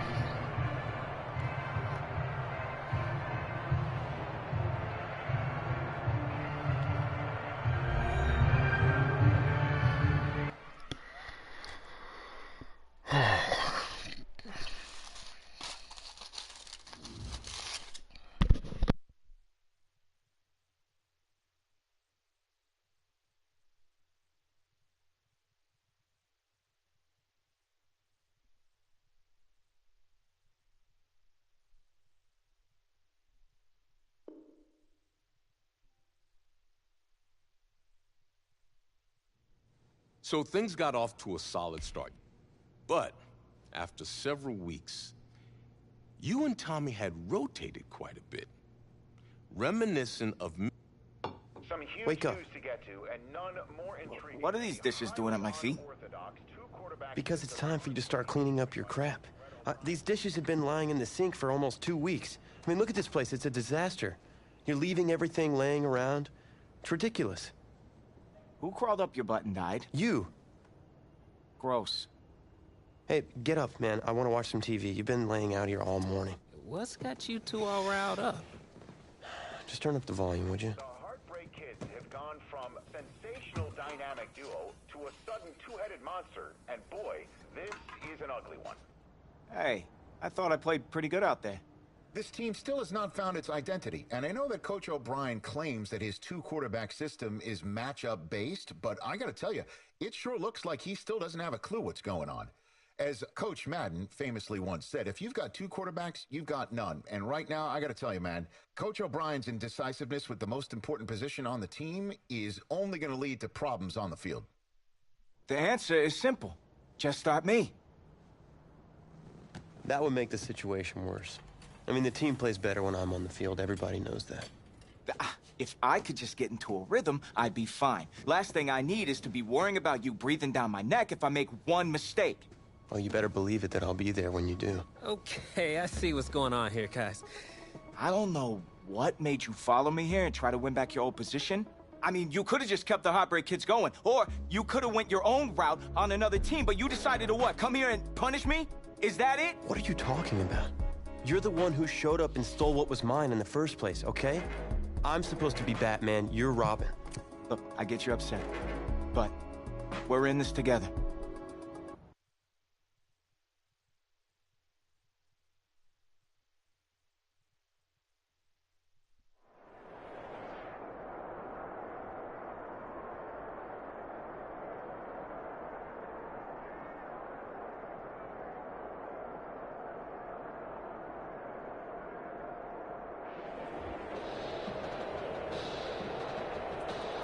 This college football season has been a fun and wild one, and we are now down to 4 as EA Sports is proud to welcome you to AT&T Stadium in Arlington, Texas.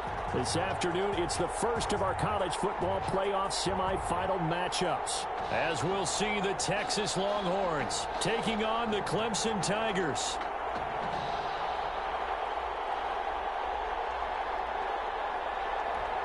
For the right to play for a national championship next Monday night in Santa Clara, we are underway from Arlington in the national playoff semifinal. And this will not be returnable. It's out of the back of the end zone for a touchback.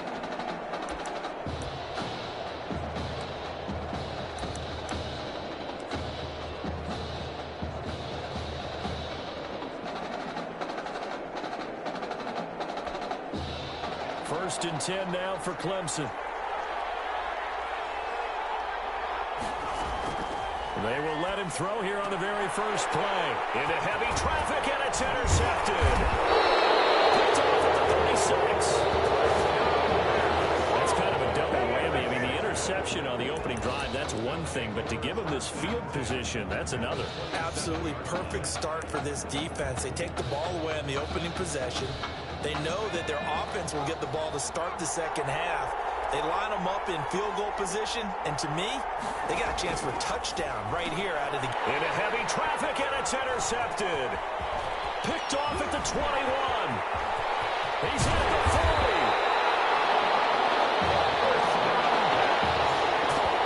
Not a good omen there. His first throw of the afternoon, intercepted. And I know what the fans are thinking right now. I hope there's not negative thoughts in his head going forward since that's his first throw of the game.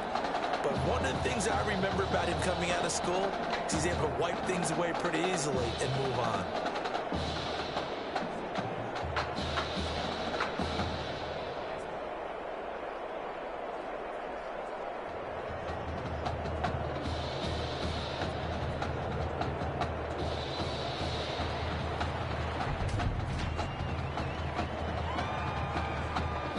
So that'll back him up 5. Still first down.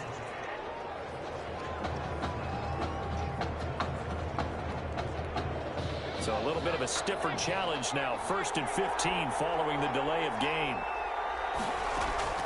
From the gun, Meadows. Now he'll dump it underneath to his running back. Complete. Give him 7 on the play, and it'll be a second down. A nice throw there. Coach O'Brien, when you look at his quarterback position, he's got 2 great options, but opting to go with a hot hand, leaving Tommy Matthews on the sideline to start this semifinal. And throughout this season, they've had a little bit of what we would call the carousel approach at quarterback. But when they've made changes, Tommy Matthews has made the most of his time under center. But both of these quarterbacks are undefeated, and we know why. This defense has played so well throughout the season, and we know how loyal they are to their head coach because he was their former defensive coordinator. Now they just got to figure out who's going to guide this team at quarterback and carry them the rest of the way. First and goal at the 6-yard line. Operating from the gun.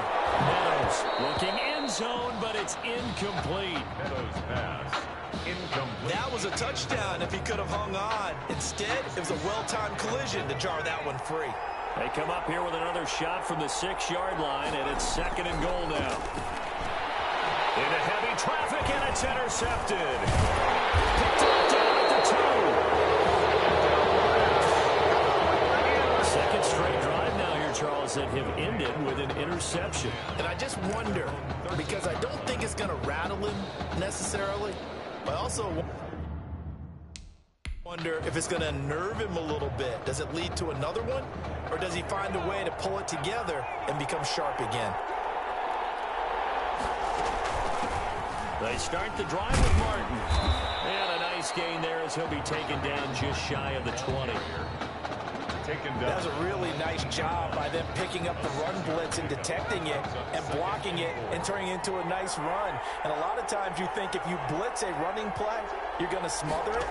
But a lot of the blitzers, they come in a little bit high. They don't have great leverage, and they're easily blocked and turned to the side. And mark him down way up close to the 40 at the 39. That good for 21 yards on the catch and run. So from the 39 now, they'll come up on a 1st and 10. Every now and then I can speak from experience because I do know, as a defender, it is awfully hard to stay with your man on these crossing routes because even if you don't get picked, there's a danger of being picked either by one of their receivers or maybe by your own defender. And on that play, that worked quite well. The last run got a couple. Here's 2nd and 8. Out of the gun, here's Warner. Toward the center of the field, but it's incomplete. From the snap, he certainly looked like he knew where he wanted to go with the ball, but surprise, that guy was covered. So that took his attention elsewhere to no avail. On 3rd down, Warner. And locates Walker complete. And taking it across midfield and just shy of the 40. Second catch for him today, and it'll wind up a 1st down. At the 41-yard line. A play fake. Now Warner. He's letting this one go for 4. And that's going to be incomplete. Too tough to hold on to that one. It's 2nd down. Well, if you have man coverage on the outside, and my scouting report on these DBs tells me that they love to take matters in their own hands. They want man coverage, not zone. And there was good coverage there that forced the incompletion. 5 yards. Now it's 3rd and 5. Ball carrier. A quick burst there, and he nicely bit off a pretty decent gain. Play number 7 now coming up on the drive. 3rd and 5.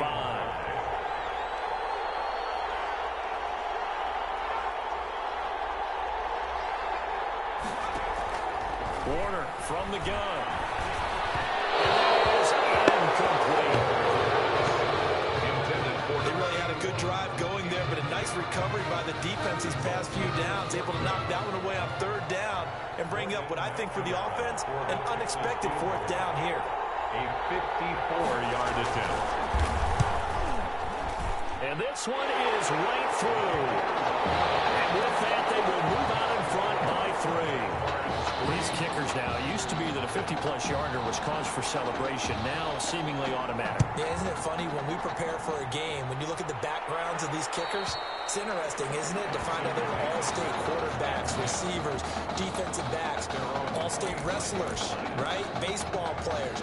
We're finding athletes all along, and now they're just specialists putting it through the posts. The Tiger offense ready to get after it one more time. To this point, the results have not been good. 2 possessions, 2 turnovers. And that's obviously something that can't continue, but to go a little bit deeper on that one, I would think about some play calls now, not even necessarily to my best player, but to someone I can trust with the ball. Try and get things settled down a little bit. One play has him up past the 40 already, and another 1st and 10. Now he dumps this off over the middle. 6 yards on the pickup, and that'll bring up 2nd down. Just about every quarterback is trained to really look downfield first before you come back and make a nice, safe throw. And in this case, that's exactly what he did. Found his running back, let him create some space, and it turned out to be a nice play for the offense.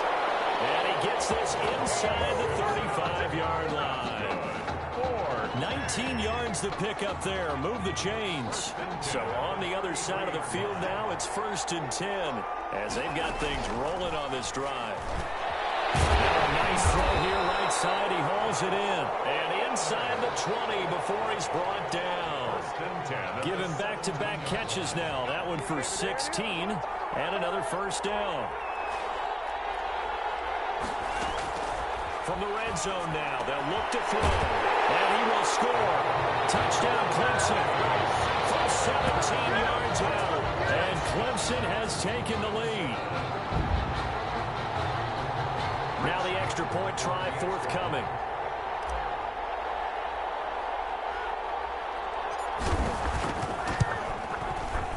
He's got it. They'll see that opening drive field goal and raise it a touchdown, and that makes it 7-3. After one, 7-3 the score on EA Sports.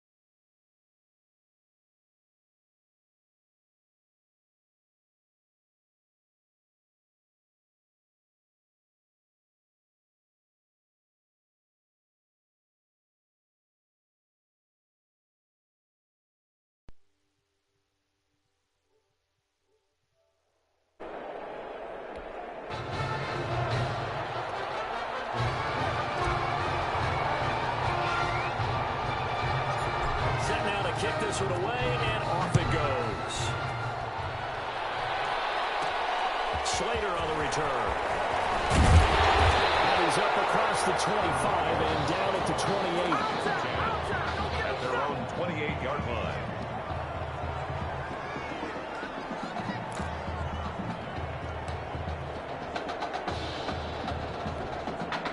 About set for their next drive, the Texas offense at the line. And fortunate to get points on the board last time. They had to hit a really long field goal to do so.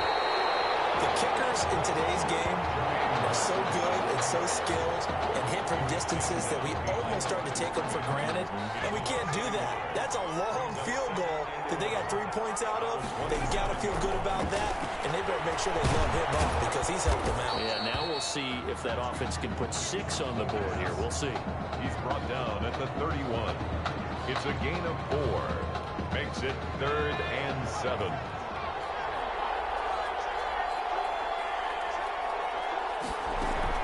To throw on 3rd down. Warner drops it off to Martin. And this play comes to a halt at the 33, and obviously that's well short of the first down. That's going to bring up 4th down, only a gain of 2 there. Well, offensively, that's the mismatch that you want. You want to force a linebacker to try and cover your back out of the backfield, out in some open space. The linebackers nowadays, they run like backs, and they take a lot of pride in covering. What a nice play he made there in the open field.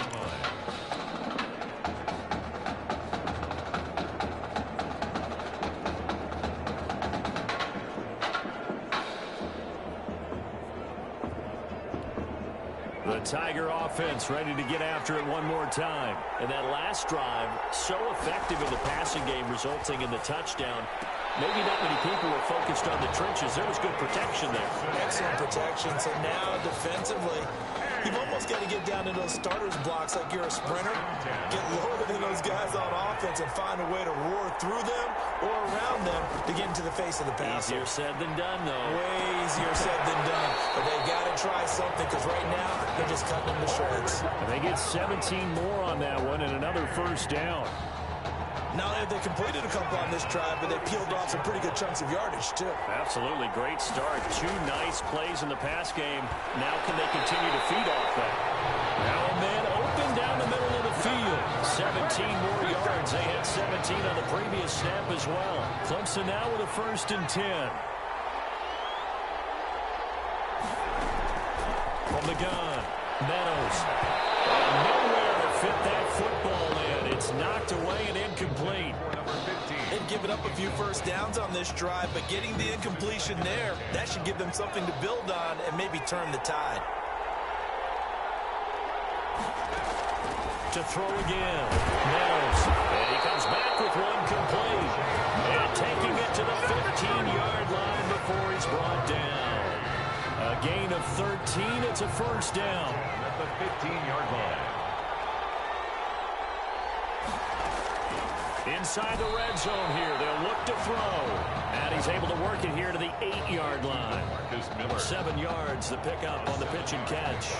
2nd down from the 8. They can get a 1st down by reaching the 5. A nice pass that time. And, you know, you think about this quarterback position as we get close. And, oh, it'll be intercepted. Snags it for the pick.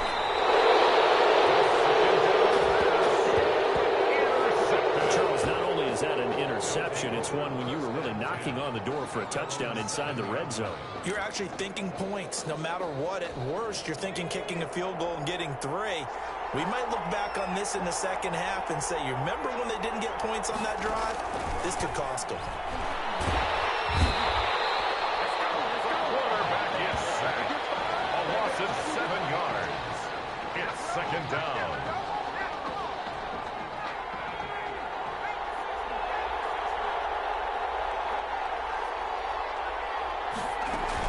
On 2nd down, Martin. And he'll take this up to about the 7 or 8 yard line. 8 yards here, so that gets him back within striking distance. And now it's 3rd down. That's the kind of run that gets everyone excited on offense. And, you know, oftentimes the guys who carry the ball are the ones in the huddle doing the chirping. Right now, I think it's the offensive line telling them, run it again. We are right there about to break a big one. The passing game not in sync here early. And now it's 4th down. A throw there, but that's going to wind up incomplete. Has to be a little bit of frustration there. Back-to-back incompletions. Receivers blanketed on both attempts, this time on third down.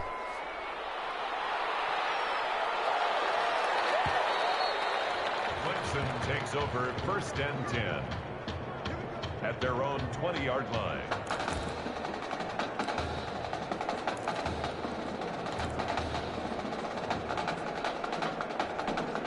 The Tiger offense ready to get after it one more time. And the interception thrown in the red zone last time. We'll see if they can rebound. I just have to think the last thing he said as they went back out there was, don't do that again. What do you think? What do you think? Yeah, I think that. I think that not only did he say that, but he also told him, let's put it in the end zone that it's supposed to be in, all right? The end zone we're trying to score. I know we're being a little bit facetious here, but the bottom line is take care of the football, and everything else should flow from there. Quick lesson, never ask the play-by-play guy a question. Hey, you're my partner. I know you're right there with me. Line of scrimmage, the 31 as they line up, 2nd and 10. Throwing again. Meadows. Simpson reels it in over the middle. They get 6. That'll leave them with 3rd and 4. They face a 3rd and 4 after that last completion gets them 6. In today's football, where receivers break tackles, make people miss, get upfield for the extra yardage, when you see a play like that where it's caught and he's dropped on the spot, that's a big-time play by the defense. So many times when we talk about coverage, we're just about a defender running with a receiver, but a big part. And how about this, a fake? And this is incomplete. A huge gamble, and it does not pay off. They fake the punt. It doesn't work out, and the ball will go over on downs on the short side of the field. Line of scrimmage, the 37 on 1st and 10. Operating from the gun, Warner. And he'll hit his tight end, Walker. And he gets it down a yard or 2 shy of the 30 before he's out of bounds. 5 yards on the catch there, brings up 2nd down. Got to give credit where it's due. Really nice defense on that play. The pitch and catch was successful, but not any run after it. Goes underneath to Martin. And brought down, but not before they're inside the 25. Now the offense going to use the first of their timeouts as they stop it with 16 seconds to go in half number 1. Here's a 1st and 10, Texas.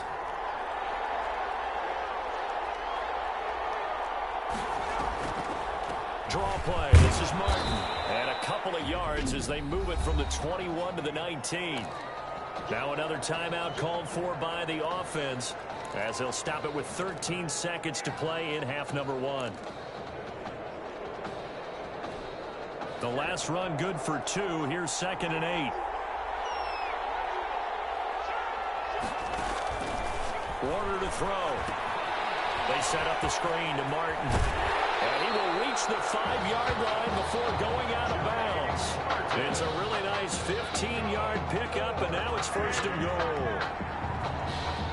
So it's 1st and goal and a great opportunity to get that lead back before the break. From the gun, Warner. Forced it, and he'll be forced out of bounds shy of the line of scrimmage, so that'll be credited as a sack. Brings up 2nd and goal at the 6-yard. So with 2 ticks left here in the half, on is the field goal unit. From the left hash, should be a fairly easy one here. A 23-yard attempt. And his kick is good.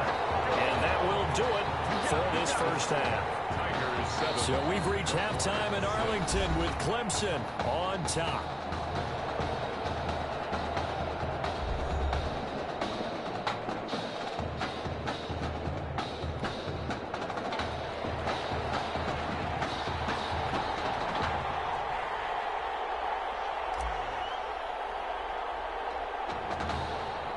The winner goes on, the loser goes home as we start the second half of this semifinal matchup. Slater on the return. And up to about the 26-yard line, just across the 25. And 10 at their own 26-yard line.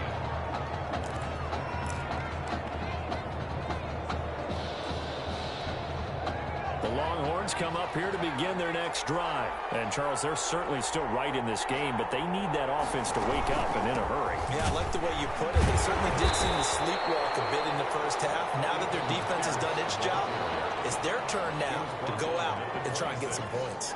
Well, they're hoping that the second half is better for him than the first half. They've got to find a way to get him going. He's a big part of their offense. The last play got just a yard. Here's 2nd and 9 from the 26. Operating from the gun, Warner, flush to his right. He'll have a first down past the 40. And he'll get this all the way up to the 42-yard line. A nice job there on the escape and scramble. A first down, a 16-yard gain. Well, that was man coverage. So once he decides to run with the football, there's no one to account for him, and he turns it into a nice gain.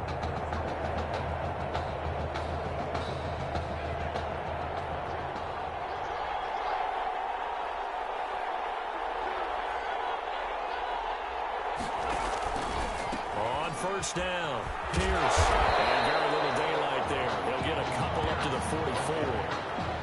44. I'd say they've got to find a way to get him going. He's such a big part of their offense. I wonder if they might throw it a little and come back to the run. Anything, because you're right, he's pretty much been completely neutralized.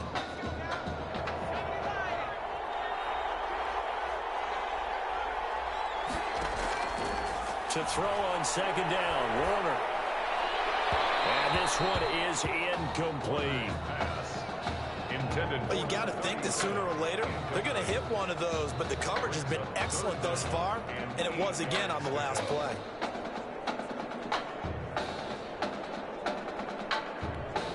So the failure to connect on 2nd down, that leaves them staring up here at a 3rd and 8.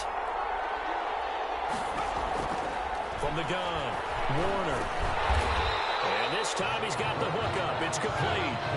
They get 7 there, but it brings up 4th. They didn't get the first down, but I have to say I do like the call. I like what they were trying to do. Try and hit your receiver on the run and see if he can pick it up. Keep it on his feet, get a little rack yardage. Yeah, but a nice job defensively to get to him and keep him short of the first. Excellent placement, and off that bounce, Charles, I didn't know where it was going to go. It can be an inexact science as to where they place it, but they say the 2-yard line. Yeah, I don't know how they really determine that. And let's face it, at the end of that play, one side's going to be happy, the other team's going to be unhappy. So what did you shorten the hypotenuse? I mean, how did they figure that out? You know that stuff. You're the smart guy. Oh, that's you, partner. Successful start to the drive, 17 yards, and moves the sticks. So a much rosier picture now after that last play. Here's 1st and 10 at the 19-yard line. Throwing there, but this pass is going to wind up incomplete. I think he's got to be careful not to force anything into coverage right there. There weren't really any throwing lanes, but the best part for him, he's got 2nd and 3rd down to fall back on. A throw over the middle, taken in, and he'll get this up to the 34-yard line. 15 yards on the play, 1st down. 1st and 10 at the 34-yard line.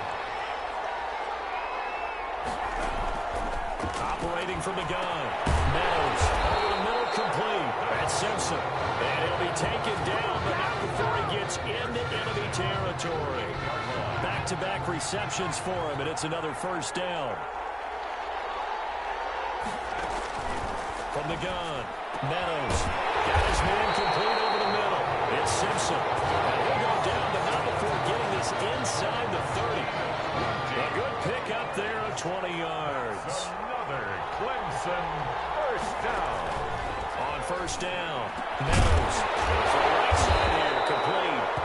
And down inside the 15 he goes. Another good gain. That's now 35 yards combined on those last 2 plays. 1st and 10 now for Clemson. 1st and 10 at the 13. Operating from the gun. Meadows, his throw caught right around the 6. And he's going to be brought down just shy of the 5 at the 6. It's a gain of 7. That was play number 7 on this drive, and it got him 7 yards. From the 6 now on 2nd and 3. From the gun, Meadows, and this one incomplete. Too much contact to hold on to that one, and it's 3rd down. The 8th play of the drive coming up. It's 3rd and 3. Operating from the gun, Meadows, and that is caught Touchdown, Clemson. From 6 yards away. And Clemson tacks on to their lead. Sometimes when I see these types of plays executed, I think of basketball. Guys boxing other guys off to go out and get a rebound. And he got the rebound right there. But the defense was really placed well. Yeah, they were right there. I mean, that's what's really tough for a defender. When you're in the right spot, you're draped on the guy catching the ball, yet he still comes down with it.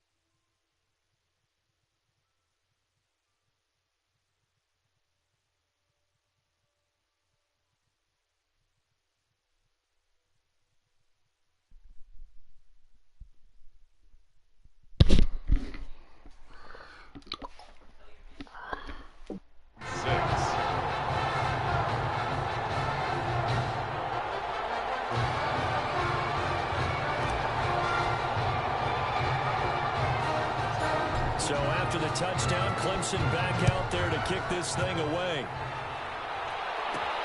Slater on the return. And they will wrangle him down a couple yards shy of the 30. Let's take over 1st and 10 at their own 28-yard line. About set for their next drive, the Texas offense at the line. They punted last time they had it. What steps, Charles, do you think they have to take to make sure they don't do that again? Well, let's just go to the football 101, the trade expression 101.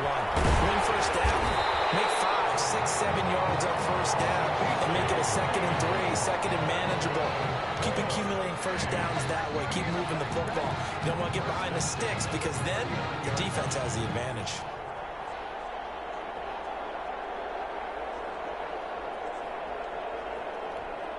So how about that for a chain mover? They're all the way down inside the 40 now for 1st and 10. From the gun, Warner looking sideline, incomplete. To the sideline and incomplete. Got out of the pocket. Didn't look like he had anybody open, Charles, so just gets rid of it. And a good play by him. If no one's open and you don't have a running lane that you want to take, make the right choice. Get rid of it. Live to fight another down. Here's a throw right side taken in by his tight end. And he works it to the 30-yard line here, right at the 30. That'll leave them with a 3rd and 2 coming up. They got 8 yards there. 2nd down pass play got them 8 yards. Now they've got a 3rd and a couple remaining. Off the bootleg, Warner. And he'll go down, and that will do it for the 3rd quarter of action. 3 quarters in the books. Back now here on EA Sports. 14. As we've got the final quarter upon us, we get ready to start the 4th.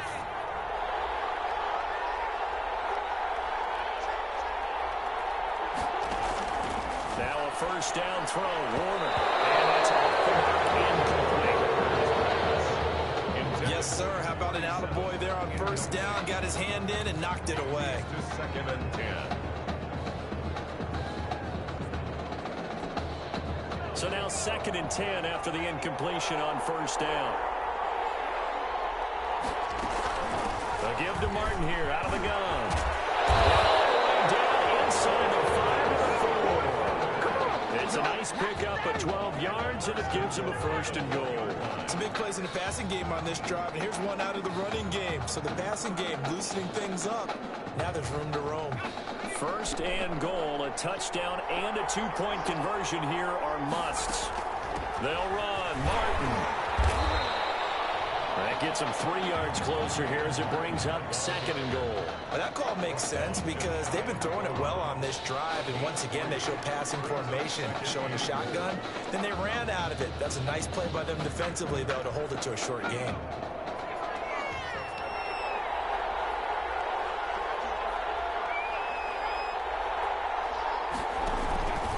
They'll run for it with Martin. And he is in. Touchdown, Longhorns. A great play there. Taking it in. And his guys now just a 2-point conversion away from tying us up. They're going to try and run for it. And the D not yielding much there. He's only going to get a yard to about the 2. And the failure to convert and tie the game. Now the pressure shifts back to the defense. But I think it was the right play. I think it was the right call to try and tie the game there. Kick an extra point, you're still down 1. What's the sense? I like what they did. And they will not get a chance to return this one as it's through the end zone for a touchback.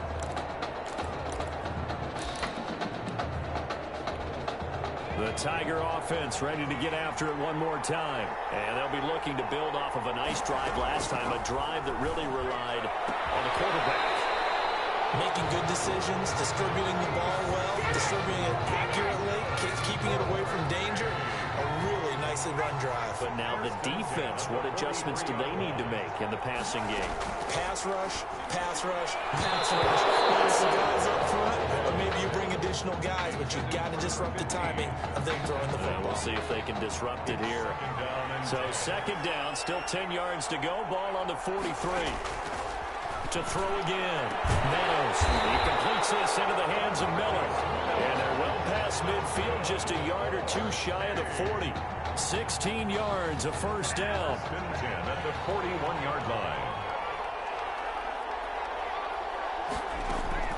Operating from the gun. Meadows. Over the middle, complete. That's Simpson. 5 yards on the catch there, brings up second down. Nothing fancy on first down, but a very consistent type of a play. Hit that slant. A lot of people call it an extension of the running game, and it can be if that pass is completed. Because you hit a guy on the run like that, he often can go for big yardage. Sets him up nicely for second down, staying ahead of schedule. 19 yards to pick up there. Move the chains. Clemson now with a 1st and 10. From the gun, Meadows. This will be caught just inside the 10. And here he'll get it down to the 7. Give him 9 there on the first down completion.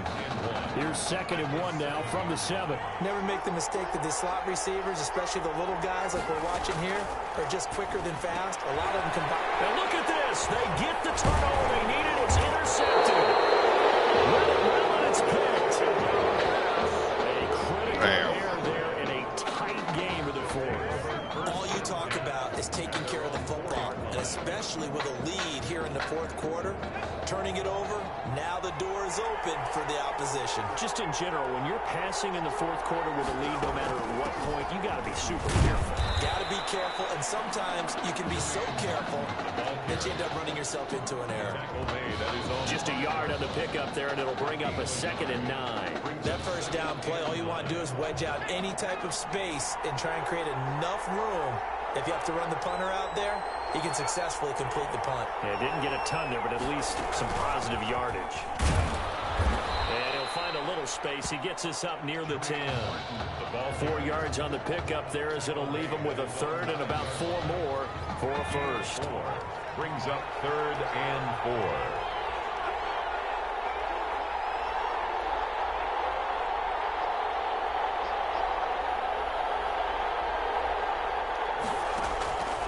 To throw. Eluding the pressure right. And he'll be taken down, but they've got this one up to the 35-yard line. Big yardage there on the scramble. It gets him a first down. How many times have we seen this late in the 4th quarter? Because you know the pass rush is getting after him, and they get upfield, get that great push, and what do they create? Space, and he takes off. This will be stopped about 2 yards shy of the marker. 8-yard gain, 2nd and 2. Now a desperation throw deep down. This is caught inside the 15.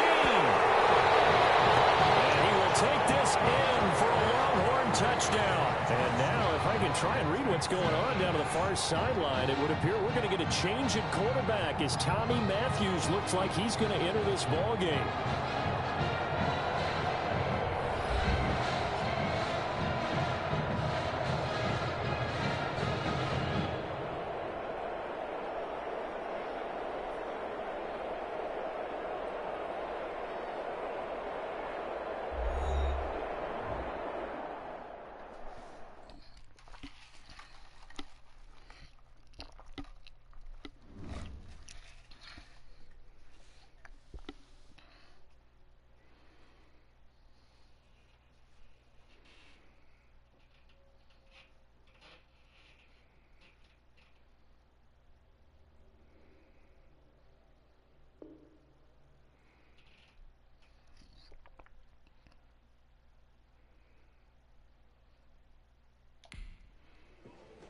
You all right?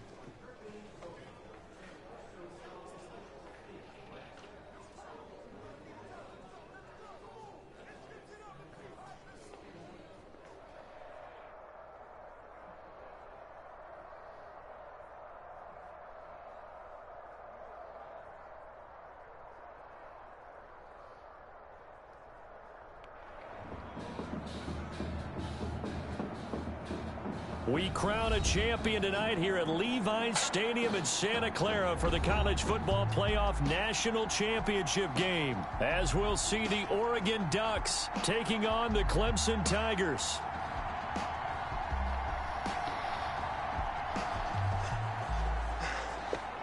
Now the pressure perhaps getting to this young quarterback. Clemson trails at the break. Just one half remains in the college football season as we begin the second half of this national championship game. And that'll carry over the back line of the end zone for a touchback.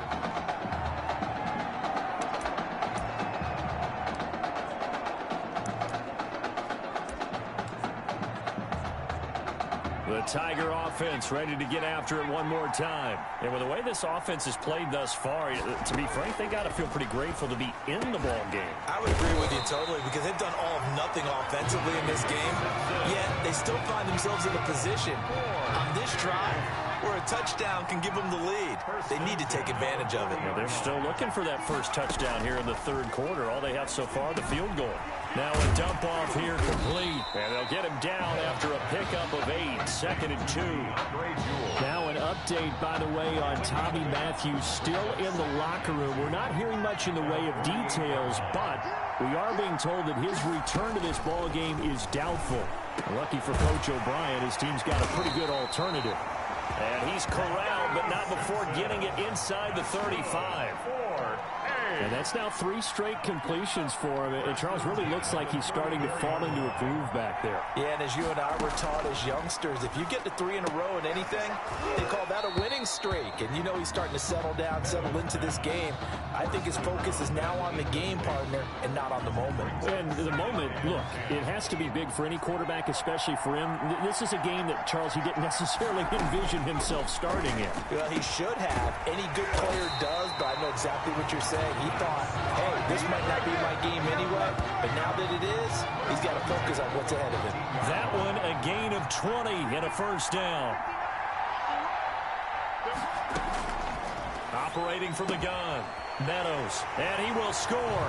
Touchdown, Clemson. A 14-yard touchdown. And Clemson has taken the lead. After the departure of Tommy Matthews at the half, the offense able to regroup and put the football in the end zone. Yeah, that's something they couldn't accomplish in the first 2 quarters of this game. So finally, finding their way downfield. Here comes Red O'Brien. He hadn't shown a preference for the quarterback.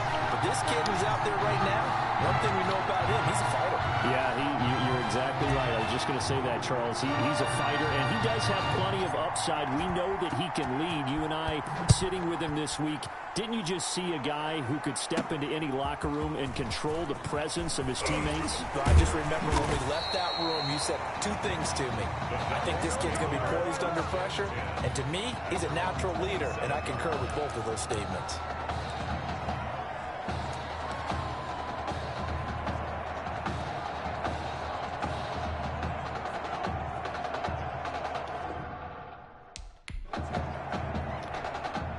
The Oregon offense on the field, ready for their next possession. Their defense has done the job. Now it's the offense's turn as they've got it 1st and 10. They start out with a run by Ferguson. And he powers his way up past the 30.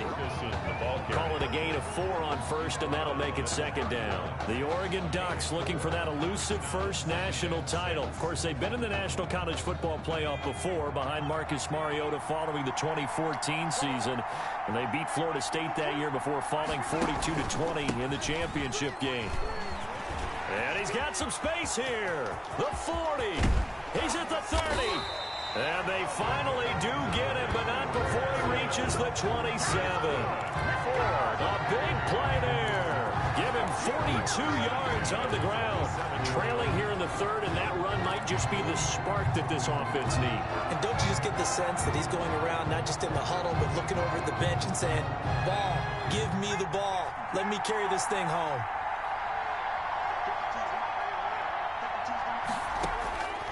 On 1st down, Barrett to throw. Looking left side, and it's complete. And taking it to the 15-yard line before he's brought down. 12 yards that time for number 12 as they move the chains. And now, folks, we are getting confirmation on what we heard earlier about quarterback Tommy Matthews. He will not be returning to this football game. And he started in this one after having not started in the semifinal, but they've gone back and forth all year long, and now with time. And he is into the end zone for an Oregon touchdown. 15 yards, and the Ducks have the lead. Well, they had their their chances in the first half, you remember, but had to settle for 2 field goals. This time they come away with 6. I think they actually got affirmation about what they were doing by getting a touchdown, because the field goals means they got in range but couldn't quite finish it off. This time they broke through, and that's great for the old confidence. And on the sideline, difference of a feeling between 3 and 6. Is it astronomical or no? It can be at times, that's for sure. A lot of times the field goal feels like a disappointment. The touchdown, well, that tells you you're getting it done. The Tiger offense ready to get after it one more time. They had seized the lead there for a little bit with a starting drive in the 3rd quarter, but a moment ago the touchdown that puts them back behind. So their defense is under siege a little bit right now because they have not able to solve their opponents. They've got to keep hammering away on offense and try and win this one in what appears to be a shootout. The catch and run pays off to the tune of 35 yards. On 1st and 10, Meadows. This one complete to Simpson. And they're going to be set up down around the 15-yard line. Back-to-back receptions for him, and it's another first down. 1st and 10 at the 15-yard line. From the red zone now, they'll look to throw. And he will score. Touchdown, Clemson. A 15-yard touchdown grab. And Clemson has taken the lead. Well, since he's coming to the game at quarterback, 2 trips into the end zone, and this offense starting to look remarkably relaxed. I love that description because it's evident to me, and it's evident everyone's watching, and now everyone's getting the memo. He's not a backup. He's played just as much as Matthews has this season. Yeah, that's the thing, Charles. There's the old adage of if you have 2 quarterbacks, you have none. Well, I think they're taking that script and throwing it right out the window because they're saying we've got 2 quarterbacks and we like them both. I love the way you just said that. Not in this case does the old adage hold up. I think we've got a new one. They feel like they've got 2 good quarterbacks, and the offense should respond no matter who's on the field. Exactly. 10 at their own 28-yard line.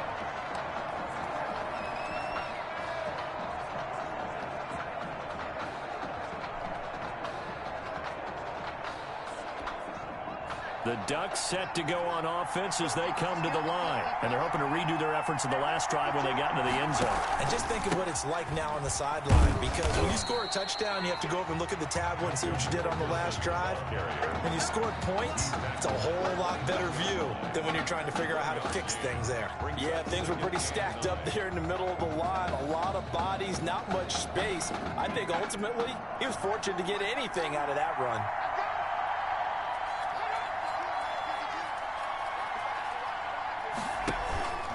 Right back to Ferguson. He works his way forward for a couple up past the 30. Ball carrier. Ladies and gentlemen, that is a force of nature at the defensive tackle position. Yes, he's as big as they come, but still plenty agile. He's able to make a nice play there to swallow up the ball carrier. On 3rd down, Barrett. Got his man complete over the middle. It's Ferguson. And this play comes to a halt at the 33, and obviously that's well short of the first down. Oregon's punter out on the field. And surprisingly, this is the first punt of the game for either team. And he gets this away, and look at this. This is a good one.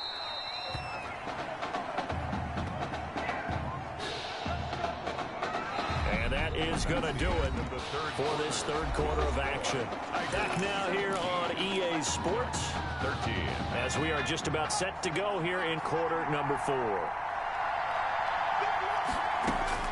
Throwing on 1st down. Meadows over the middle, complete. It's Simpson. And they're going to get this beyond the 40 before he's taken down. A well-executed 22-yard gain. At the 42-yard line. From the gun, Meadows. And look at this. They get the turnover they needed. It's intercepted. Picked off at the 47. Well, this is a defense that can confuse even the best of quarterbacks with their zone schemes. And here you've got a linebacker that's going to stay at home and just sit down in that zone. And this one basically comes right to him. Here's a 1st and 10, Oregon. Working out of the gun, it's Barrett. And his throw's going to be incomplete.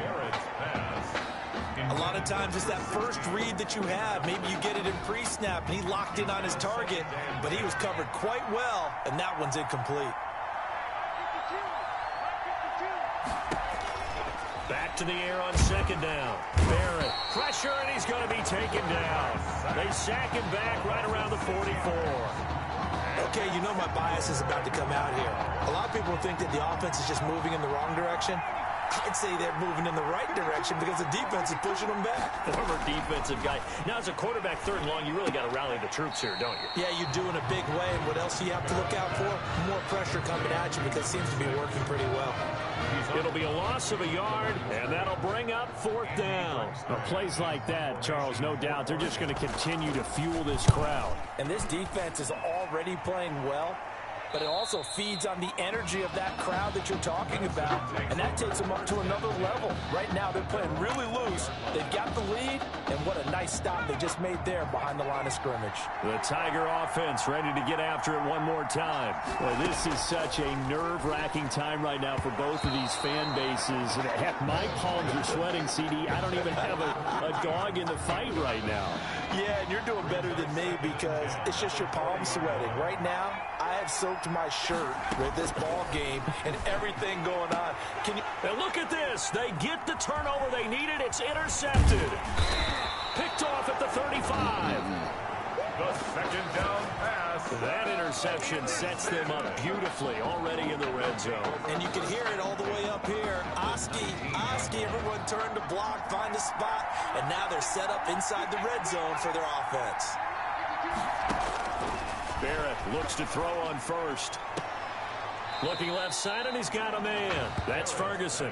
And he is out of bounds, looks like right at the 15. They'll contain him to just 4. Second down. All defenses worry that whenever anyone catches the ball and has a head of steam come out of the backfield, it could turn into a big play with missed tackles or he runs through people. But they were right there waiting, and they stopped him for a minimal gain. This will be caught at about the 6. And he will score. Touchdown, Ducks. A 15-yard touchdown grab. And the Ducks have the lead. I know these wide receivers are about flash and dash and high-flying plays, but a good number of them played running back at some point in their career, and that's how they finish off a lot of their big plays, run after the catch. And this time he finishes off the big play in the end zone. Now after the touchdown, here's Oregon set to kick it off. And this will be a touchback as that sails over the end line. At their own 25-yard line. The Tiger offense ready to get after it one more time. Well, this is such a nerve-wracking time right now for both of these fan bases. And heck, my palms are sweating, CD. I don't even have a dog in the fight right now. Yeah, and you're doing better than me because it's just your palms sweating. Right now, I have soaked my shirt with this ball game and everything going on. Can you imagine what it's like for that young quarterback down on the field if you and I are like this? That's the thing. Your right leg is tapping up and down. My left leg's tapping up and down. I can only imagine what it's like to be inside that helmet. Look, no Tommy Matthews. The spotlight, Charles, shining just brightly right on him. And you know what his head coach, Red O'Brien, has been telling him this entire time? Teams win national championships, son. Don't worry about trying to do it alone. The lights might be bright right now, but you've been in similar situations like that throughout the season. Carry us home. Now here's a pass on first down that's knocked away and incomplete. Certainly looked like someone was very confident in his ability to fit that one in. I would say he was overconfident because there wasn't a whole lot of separation there. Had that one covered pretty well downfield. And my goodness, another interception. Picked off near the 26. The second down pass. Yes, folks, that is his third interception, and I'm going to use one of the most overused phrases in football. He's a ball-hawking safety. I love the way that you called for the shot there. That's perfect, though, because there is something to that. Being a safety often allows you freedom to roam around a defense, maybe not a specific assignment. Today, his assignment, find the football, and he's done so quite well. 7 yards, the pickup there. Brings up second. Able to get 7 on that first down pass play. 2nd and 3. Now that's staying ahead of the chains. Really good pickup on first down, hitting the tight end there. Now it brings up a second and manageable. Just found a hole in that zone. And he'll get him inside the 15 down to the 14-yard line. That one a first down pickup of 8. And that's a tired defense out on the field right now. They desperately need a stop to get the ball back to their offense, but they're having trouble getting that done. Another gut-wrenching run right there. On first down, Ferguson. And maybe a measure of revenge there. He's had his way in this one, but this time they get him behind the line. He'll lose a yard there, and it's 2nd and 11. The short field shrinks even more with the type of bodies they brought in on that play. Those extra tight ends, they weren't able to secure their blocks, and that one ended up going backwards.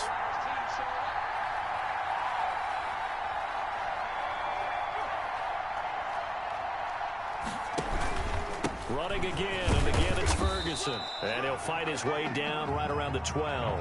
They do get a couple, but they'll be left staring at a 3rd and 8 coming up. And now the question everyone's wondering, look at the clock, late 4th quarter, do they put the ball in the air here on 3rd? I don't. I run the football, and I tell my offensive line, no leakage up front. I don't want my running back hit as I hand the ball off to him. I don't want any type of an issue. But if I am going to throw it, quick throw, out to the perimeter, maybe one of my best receivers running a quick slant or something like that.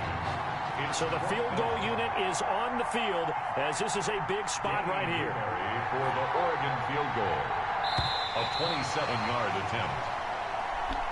Tonight. So for Coach O'Brien's squad, they probably don't want to hear this right now, but certainly they can hold their heads up high knowing that they were so close here to a national championship. So this one ends in heartbreak for the so-called heartbreak